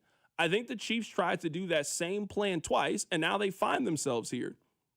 So a lot of the Chiefs' feeling, I think, has been historically, we have always figured it out. Okay, and I think the public is giving them that benefit of the doubt that they'll figure it out. I also think there are some hard truths about football and what you need to do to win, and I think in some ways the Chiefs have just kind of operated like that doesn't apply to us. I mean, the running back thing, I will continue to bang this drum. It was the most obvious thing to see all offseason. It was staring right there. Their run game wasn't good last year. And their entire plan this offseason was based off Isaiah Pacheco returning back to form. They didn't have a plan B. They didn't have anything. So some of the problems I think the Chiefs kind of set themselves up for, and they didn't have the foresight to look down the road where what if an injury happens? What if this thing goes wrong? And here we are now. They're 5-5, and it's go time now. I don't want to hear if they lose on Sunday, oh, well, it was the Colts Super Bowl. Nah, man. It's the Chiefs Super Bowl too. If the Chiefs want to make the playoffs, I'm not saying it is impossible if they lose to the Colts, but again, you're running out of time. That's another AFC loss against a contending team. You just don't have much more ground to lose those kind of games. So yeah, the Chiefs can lose a game, maybe two.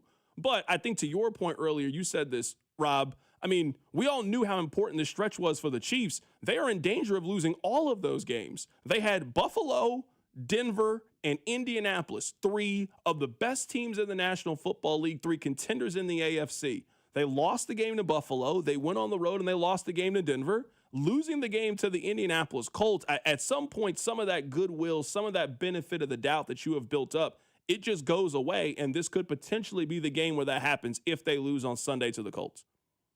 And that's why we disagree on the running back thing, but that doesn't really matter. I don't want to hear about the Chiefs Super Bowl thing. I'm with you. The Chiefs are in the midst of their most important stretch of games, and they have stumbled coming out of the block. I remember 2 weeks ago we talked about you have a chance to undo all the bad you did in the first 3 weeks of the season.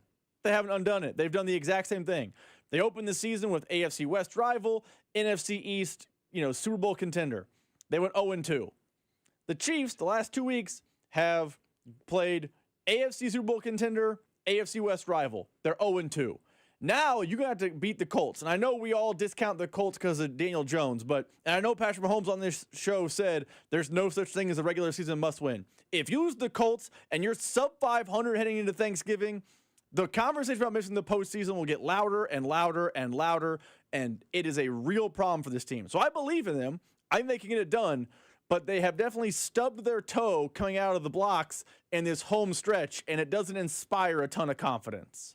Coming up on the other side, we had Jeff Saturday of ESPN on the show. He played for the Indianapolis Colts. He works for ESPN. We recap the game against the Broncos and also look ahead to Sunday's matchup against the Colts. That's coming up next. Keep it right here. It's The Drive. The Drive with Carrington Harrison on your new home for K-State Athletics, 96.5 The Fan. Brought to you by DM Injury Law. Have you or a loved one been in a car wreck? Contact DM Injury Law today and get the money you deserve. Car wreck? Remember, Mike's got this. Our biggest deal is back. The Tires at Cost sale at Telly Tire and Auto Centers. You pay what we pay. No gimmicks, no catch. All in-stock tires from Telly's huge inventory at cost. Plus mounting and balancing by certified tire technicians for only $27.95. The top brands, the lowest possible prices, with a 30-day ride guarantee and lifetime tire protection. There's never been a better time to replace your worn-out tires. These unbeatable savings won't last long. Hurry and reserve your tires today. Take care of your car. Take advantage of our sale. Take it to Telly. Additional charges apply for junk tire disposal and road hazard warranty. Score big savings with Hy-Vee and the Kansas City Chiefs. Big points mean even bigger savings. Just shop Hy-Vee the day after a game and earn a fuel saver discount equal to the Chiefs score and based on the amount you spend. If the Chiefs score 42 points, you save 42 cents a gallon with any $42 purchase. The more we score, the more you save. Win or lose, everyone scores the day after a Chiefs game only at Hy-Vee. Offer good in-store and online. Some restrictions apply. See store for details. Imagine this. It's Thanksgiving Day, and instead of juggling pots and pans, you're actually enjoying it. Hy-Vee's got your holiday covered with convenient pre-made meal packs for any size gathering. Fresh, ready-to-heat favorites like juicy turkey, honey glazed ham, or prime rib, plus all the classic sides, rolls, and desserts. And don't forget to swing by the wine and spirits department to make it a feast to remember. Pick up your meal the day before, heat it up, and serve it like you cooked all day. This Thanksgiving, let Hy-Vee do the cooking. You get the credit, only at Hy-Vee. Get ready, Missouri. FanDuel, America's #1 sportsbook, is coming soon.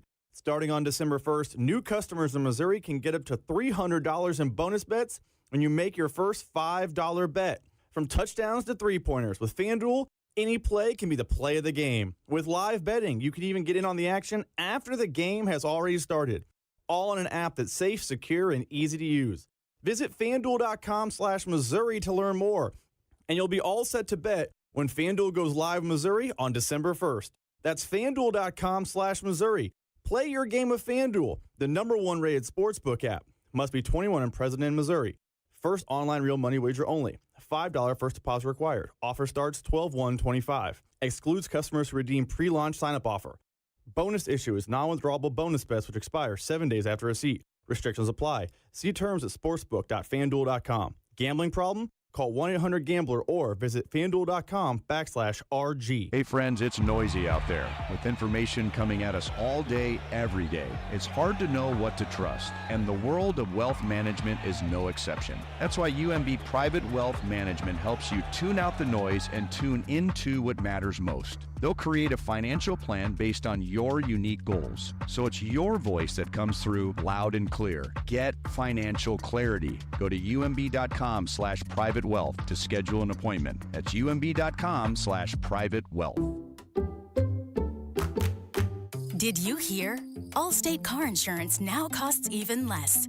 So when you bundle with home, you can save even more.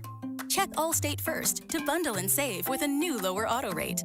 You're in good hands with Allstate. Not available in every state. Only applicable for new auto insurance business. Rates will vary by several factors, including how you purchase the policy. Potential savings may vary. Allstate North American Insurance Company and Affiliates, Northbrook, Illinois.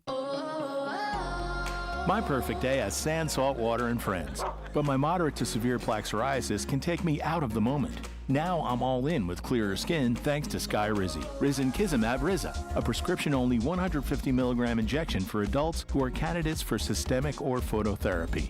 With Skyrizi, most people saw 90% clearer skin, and many were even 100% plaque-free at 4 months. Skyrizi is just 4 doses a year after 2 starter doses.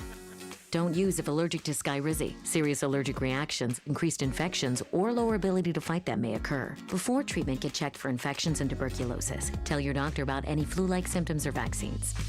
Thanks to Skyrizi, there's nothing on my skin, and that means everything.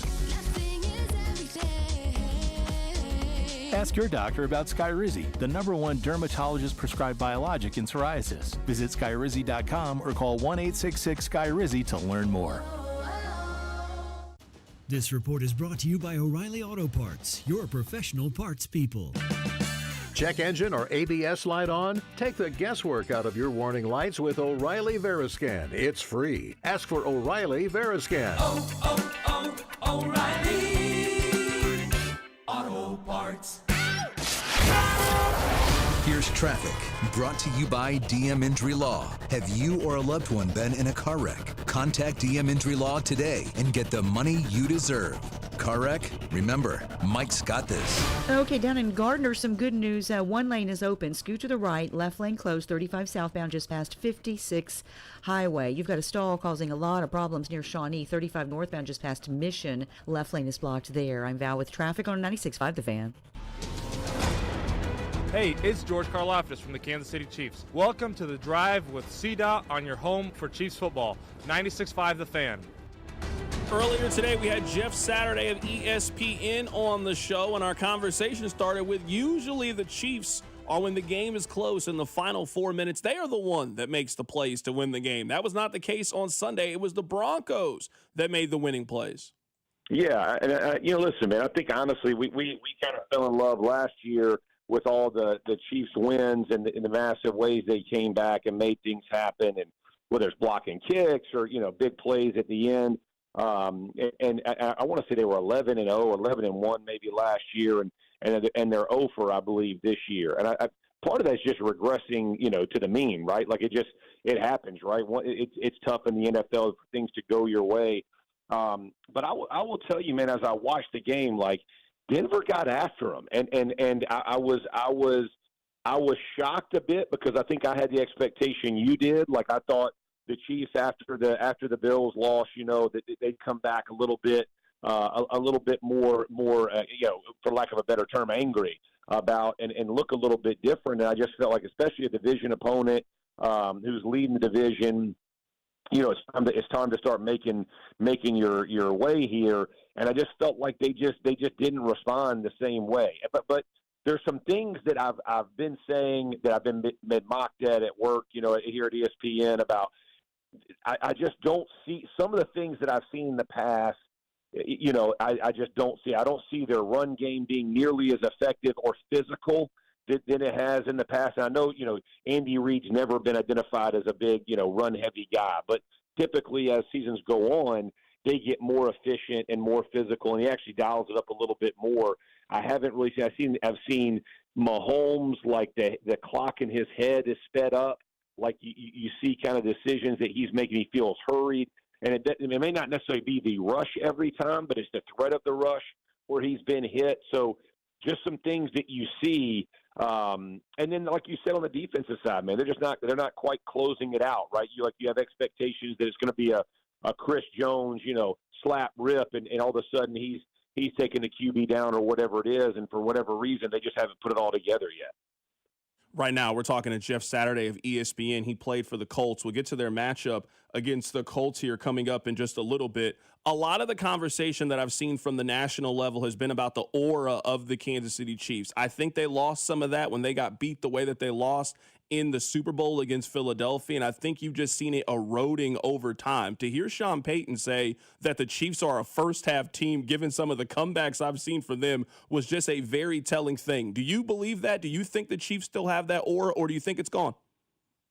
No, I think it's like anything, right? Like as teams around you get better in your division, right? You saw the Chargers start off with a win. Now you've seen the Broncos, right? You've seen the Jags be like, just to your point. It's a what have you done for me lately league. And as good as they have been, throughout the years, I think part of that is just teams feeling like they catch up. And when your division opponents catch up with you, that kind of shows your hand to the league, right? So when they're walking away with these AFC West and, no one's even coming close to them, you feel a little bit different. To your point, I think people feel like they're closing the gap. And look, man, let's be real about this thing. Like, the Chiefs have played a lot of football, man. I mean, like whole extra seasons, you know what I mean, with all the playoff games that they played. They played in some massive games, and everybody's giving them their best shot. This is not a team that typically does a lot of noon starts, right? These are going to be primetime big games. Circle it on your schedule if you're the opposing team. And I think all of those things kind of play into vulnerability for a team. But again, you don't ever write off Mahomes. You don't write off Reid. Spags does a great job. I think their big players got to start making some plays in big moments. I've been calling these teams the new money teams, how the AFC has been dominated. It's been Kansas City, Baltimore, and Buffalo. Those have been the top three teams. It's a little bit different this year. Kansas City's a little bit down. The Ravens have certainly played better of late, but we're talking about a 500 team. The Bills are in second place in their division. Out of those new money teams, so Indianapolis, Denver, and New England, which one of those teams do you believe in the most? Oh, that's a great question. I'd probably say the Colts right now. And I think with their explosiveness on offense, Steichen's done a great job with Daniel Jones. Jonathan Taylor, man, is playing an MVP season. And anytime that you can run the ball the way they've been able to run it, and then spread the ball around, whether that's Pierce, whether that's Pittman, whether that's Warren, Josh Downs, again, getting the ball back out to JT in the flats, letting him make plays. And they're getting better on defense. They're kind of a stingy team, and they've been able to put points on just about everybody. And the one game that they really played, I would say they kind of laid an egg against the Steelers. And that was, the offensive line played bad, right? Their tackles got pushed around. They got a lot of pressure on Daniel Jones, strip sacks, all those kinds of things, interceptions. But when you look at them, I think they're a very complete football team that if they're playing to a high level, they're a tough to beat. And then after that, I would say probably the Pats and then the Broncos. The Pats, Drake May is playing, freaking lights out. Vrabel's got their defense playing much better. And early in the season, they were giving up explosive plays on that defensive side. They've tightened up. So all three of those teams, and Denver's got the best defense to me probably in the league. anytime you get the best defense, man, you got a shot in every game. And so I would say Nix is probably a little more, errant. He can throw a wild one every now and then. So you would say it, you'd kind of stack it that way. But I think all three of those teams are very legitimate competitors and all have a shot to take it deep into February. Right now, we're talking to Jeff Saturday for a couple more minutes here. Jeff, let's transition to the Colts. You just mentioned them. I feel like the big question with the Colts really comes down to Daniel Jones and his ability to protect the football. That was an issue for him in New York. It's been an issue with him so far in Indianapolis. When he protects the football, he really gives them a chance. But I feel like there's a portion of NFL fans that are kind of waiting for that other shoe to drop with him. 100%. And I think these are the prove-it games, right? Is when you go play the Chiefs and it's a must-win for the Chiefs and you got to go up and show, but it feels like a playoff game. And it's, how does he respond? And I have seen Daniel Jones when he was in New York, when he's going through the playoffs and he's using his legs, he's taking care of the ball, he's playing as efficiently as he is as anybody, and he's tough to beat. I think Steichen has done a really good job kind of controlling the narrative, making sure he doesn't believe that he has to play his best football for them to win, right? He can just be a quarterback and put the right guys in the right position. He's got the guys around him that can make him look good and make him, and let him make plays. Don't force it, right? Let the game kind of come to you. Cutcliffe, who was his coach at Duke, is there, and I think he's done a good job of just helping him in the building. And so, I like the way it's set up. I think from Daniel Jones' perspective, he's kind of got the same Sam Darnold and that thing is what happens in big moments. But all you can go is on how he's played in this system, and he's been pretty effective other than that in that Steelers game, in my opinion. And again, that one I kind of attribute not only to him but to the offensive line as well. That was our conversation with Jeff Saturday. If you missed any part of it, be sure to check it out on the podcast page. Got a chance to catch up with him. He's with ESPN. He also played with the Colts. Tonight, we got the Champions Classic coming up in college basketball. We'll get to it. Keep it right here. It's The Drive. The Drive with Carrington Harrison. Watch the show on YouTube by subscribing to the 965 YouTube channel. The Drive, brought to you by DM Entry Law. Have you or a loved one been in a car wreck? Contact DM Entry Law today and get the money you deserve. Car wreck? Remember, Mike's got this.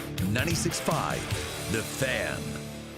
Feeling lucky? Then Saturday, November 29th is your night, because luck is alive at Harrah's Kansas City during the night of 101 winners. We're handing out a massive $120,000 in free play and cash. That's $1,000 every 5 minutes. 101 winners, and you could be one of them. Want to stack the odds? Play on Wednesdays in November and earn 10 times the entries for even more chances to strike it lucky. Only at Harrah's Kansas City, where winners are made. 21 or older to gamble. Know when to stop before you start. Gambling problem? Call 1-800-GAMBLER. This is an important notice to all U.S. taxpayers. The IRS is giving away billions of dollars in tax savings through a federal program called the Fresh Start Initiative to aid delinquent taxpayers. This initiative was established for anyone facing financial hardship and unable to pay their back taxes. Qualifying and enrolling in this program will stop all collections, settle your delinquent tax problem, and even reduce what you owe by thousands of dollars. Call the hotline at People's Tax Relief to see if you qualify and get this free information by dialing 800-922-1284. If you have unfiled tax returns or cannot afford to pay your personal or business back taxes, you can now get the help you need. One simple phone call can resolve your tax problem and save you thousands of dollars. To see if you qualify and to get this important free information, call 800-922-1284. 800-922-1284. 800-922-1284. Must qualify for enrollment. Results vary. Consult with your tax professional prior to enrollment. It's holiday cheers time, and Gomer's Fine Wines and Liquors is here for it. With 5 locations, a wide selection, great prices, and friendly service. Gomer's Fine Wines and Liquors, family owned and KC proud since 1969. The Kansas Lottery Holiday Millionaire Raffle is your best odds of winning $1 million. The next early bird drawing is November 16th for a chance at $30,000. Hey, Kansas City, this is Jeff Briggs with Victory Chrysler Dodge Jeep Ram, home of the Victory Effect, our pledge to drive down vehicle pricing for the city we love. Today, I'm here to tell you about an exciting offer for the remainder of the month. While supplies last, Victory is offering 3 ways to save on all remaining 2025 Ram half tons, the winner of the coveted Motor Trend Truck of the Year. Here's how it works. You get to pick from 3 great offers like $5,000 off and 0% for 72 months on all remaining 2025 Ram 1500s, or $11,000 off and 3.9% for 72 months, or an astonishing $16,000 off with standard financing. Folks, it's no secret, it's been the same for years. The best time to buy a new pickup truck is during the model year-end closeout. Business owners, come see us today and ask about additional year-end savings from Ram exclusively for you. Supplies are dwindling fast, so hurry in and take advantage of this offer. Visit us at Kansas City's only automotive outlet mall, the Legends Auto Plaza, on the southeast corner of 435 and Parallel, just east of Nebraska Furniture Mart, or online at victorymotorskc.com, where our first price is better than their last. Car wreck?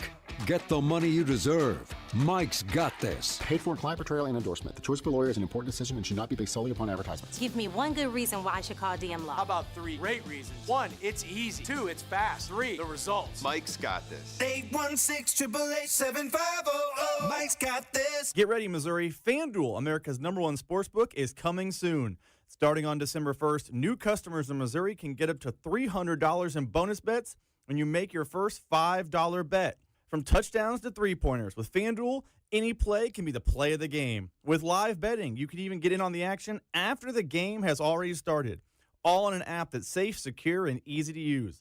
Visit FanDuel.com/Missouri to learn more, and you'll be all set to bet when FanDuel goes live in Missouri on December 1st. That's FanDuel.com/Missouri. Play your game of FanDuel, the #1 rated sportsbook app. Must be 21 and present in Missouri. First online real money wager only.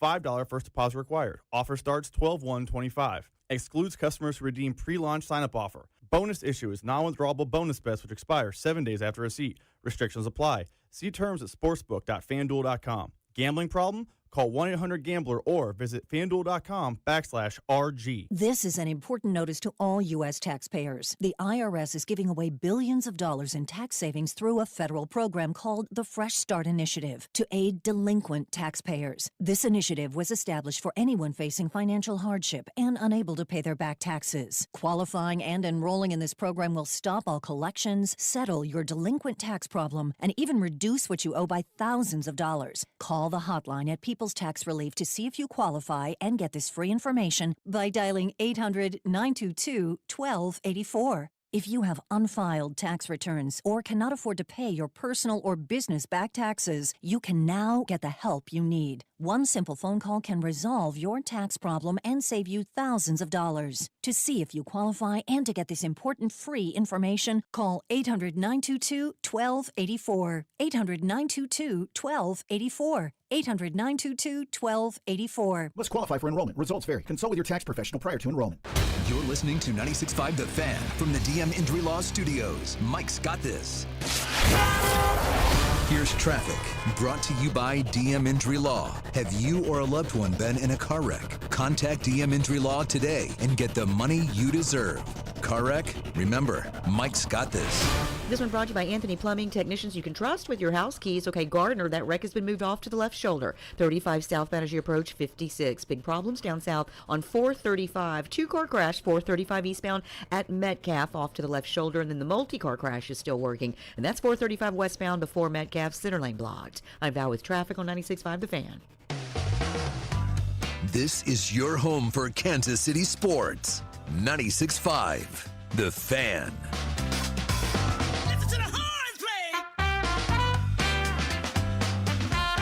Rob, I am trying to figure out the next show that I am going to start.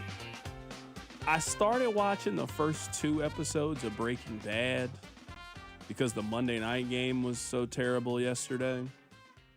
But I don't know if I'm ready for the Breaking Bad rewatch. I don't know if I'm ready. This is the shows that I have it down to. Yellowstone, so many people have talked about it. I'm very curious. What's that show? I know it's on Paramount Plus. It's like Mayor of Boomtown or whatever. Mayor of Kingston? Yeah, that's it with Kyle Chandler. I'm thinking about that. Those are probably 2. There's also this other show called Godfather of Harlem with I can't think of the guy's name on top of my head, but those are the 3 that I'm thinking about. Is that the Whitaker. He's Bumpy Johnson, yeah. Forrest Whitaker? Forrest Whitaker, yeah. Yeah. It was getting there. It was like right there, and I just couldn't figure it out. But yeah, with Forrest Whitaker. I would say that those right now are the 3 that I am thinking about starting. I would tell you, I have not seen the Forrest Whitaker show, so I'll put that one to the side for a minute. I watched it a while ago. I watched like the first season of it during COVID. I did like it. I don't know. I just didn't finish it. I will tell you this. Mayor Kingston, I believe they're starting season 3 or 4 now, versus Yellowstone. One is a much larger time investment. So I don't want to scare you away from Yellowstone because I watched the first couple of seasons of Yellowstone and I enjoyed it. A lot of folks are saying Tulsa King. Tulsa King is good. I really like Landman. Landman's 1 season. They just started season 2. I would go Landman ahead of Yellowstone. Okay. Isn't that a spinoff? Am I going to understand Landman? It's the same director, same writing group, but it's a completely independent story that does not connect at all to Yellowstone. Okay. Billy Bob Thornton's in it. Yeah, I knew that. That's all I know. All I know is Billy Bob Thornton is in it. By the way, the text line is basically suggesting all the show. Tulsa King and Landman are very similar. Mayor Kingston's very good. I do like Yellowstone. It's a big time investment by you to. How long is it? I think they're on like 6 or 7 seasons now. Let me see. This is like, if you're telling me no for Breaking Bad, I don't know. I mean, I've seen it before. It's not that I don't want to watch Breaking Bad. It's just that I've already seen it before. So like my fever to watch it is just not like because I already know what's going to happen. Actually, put Better Call Saul on your list.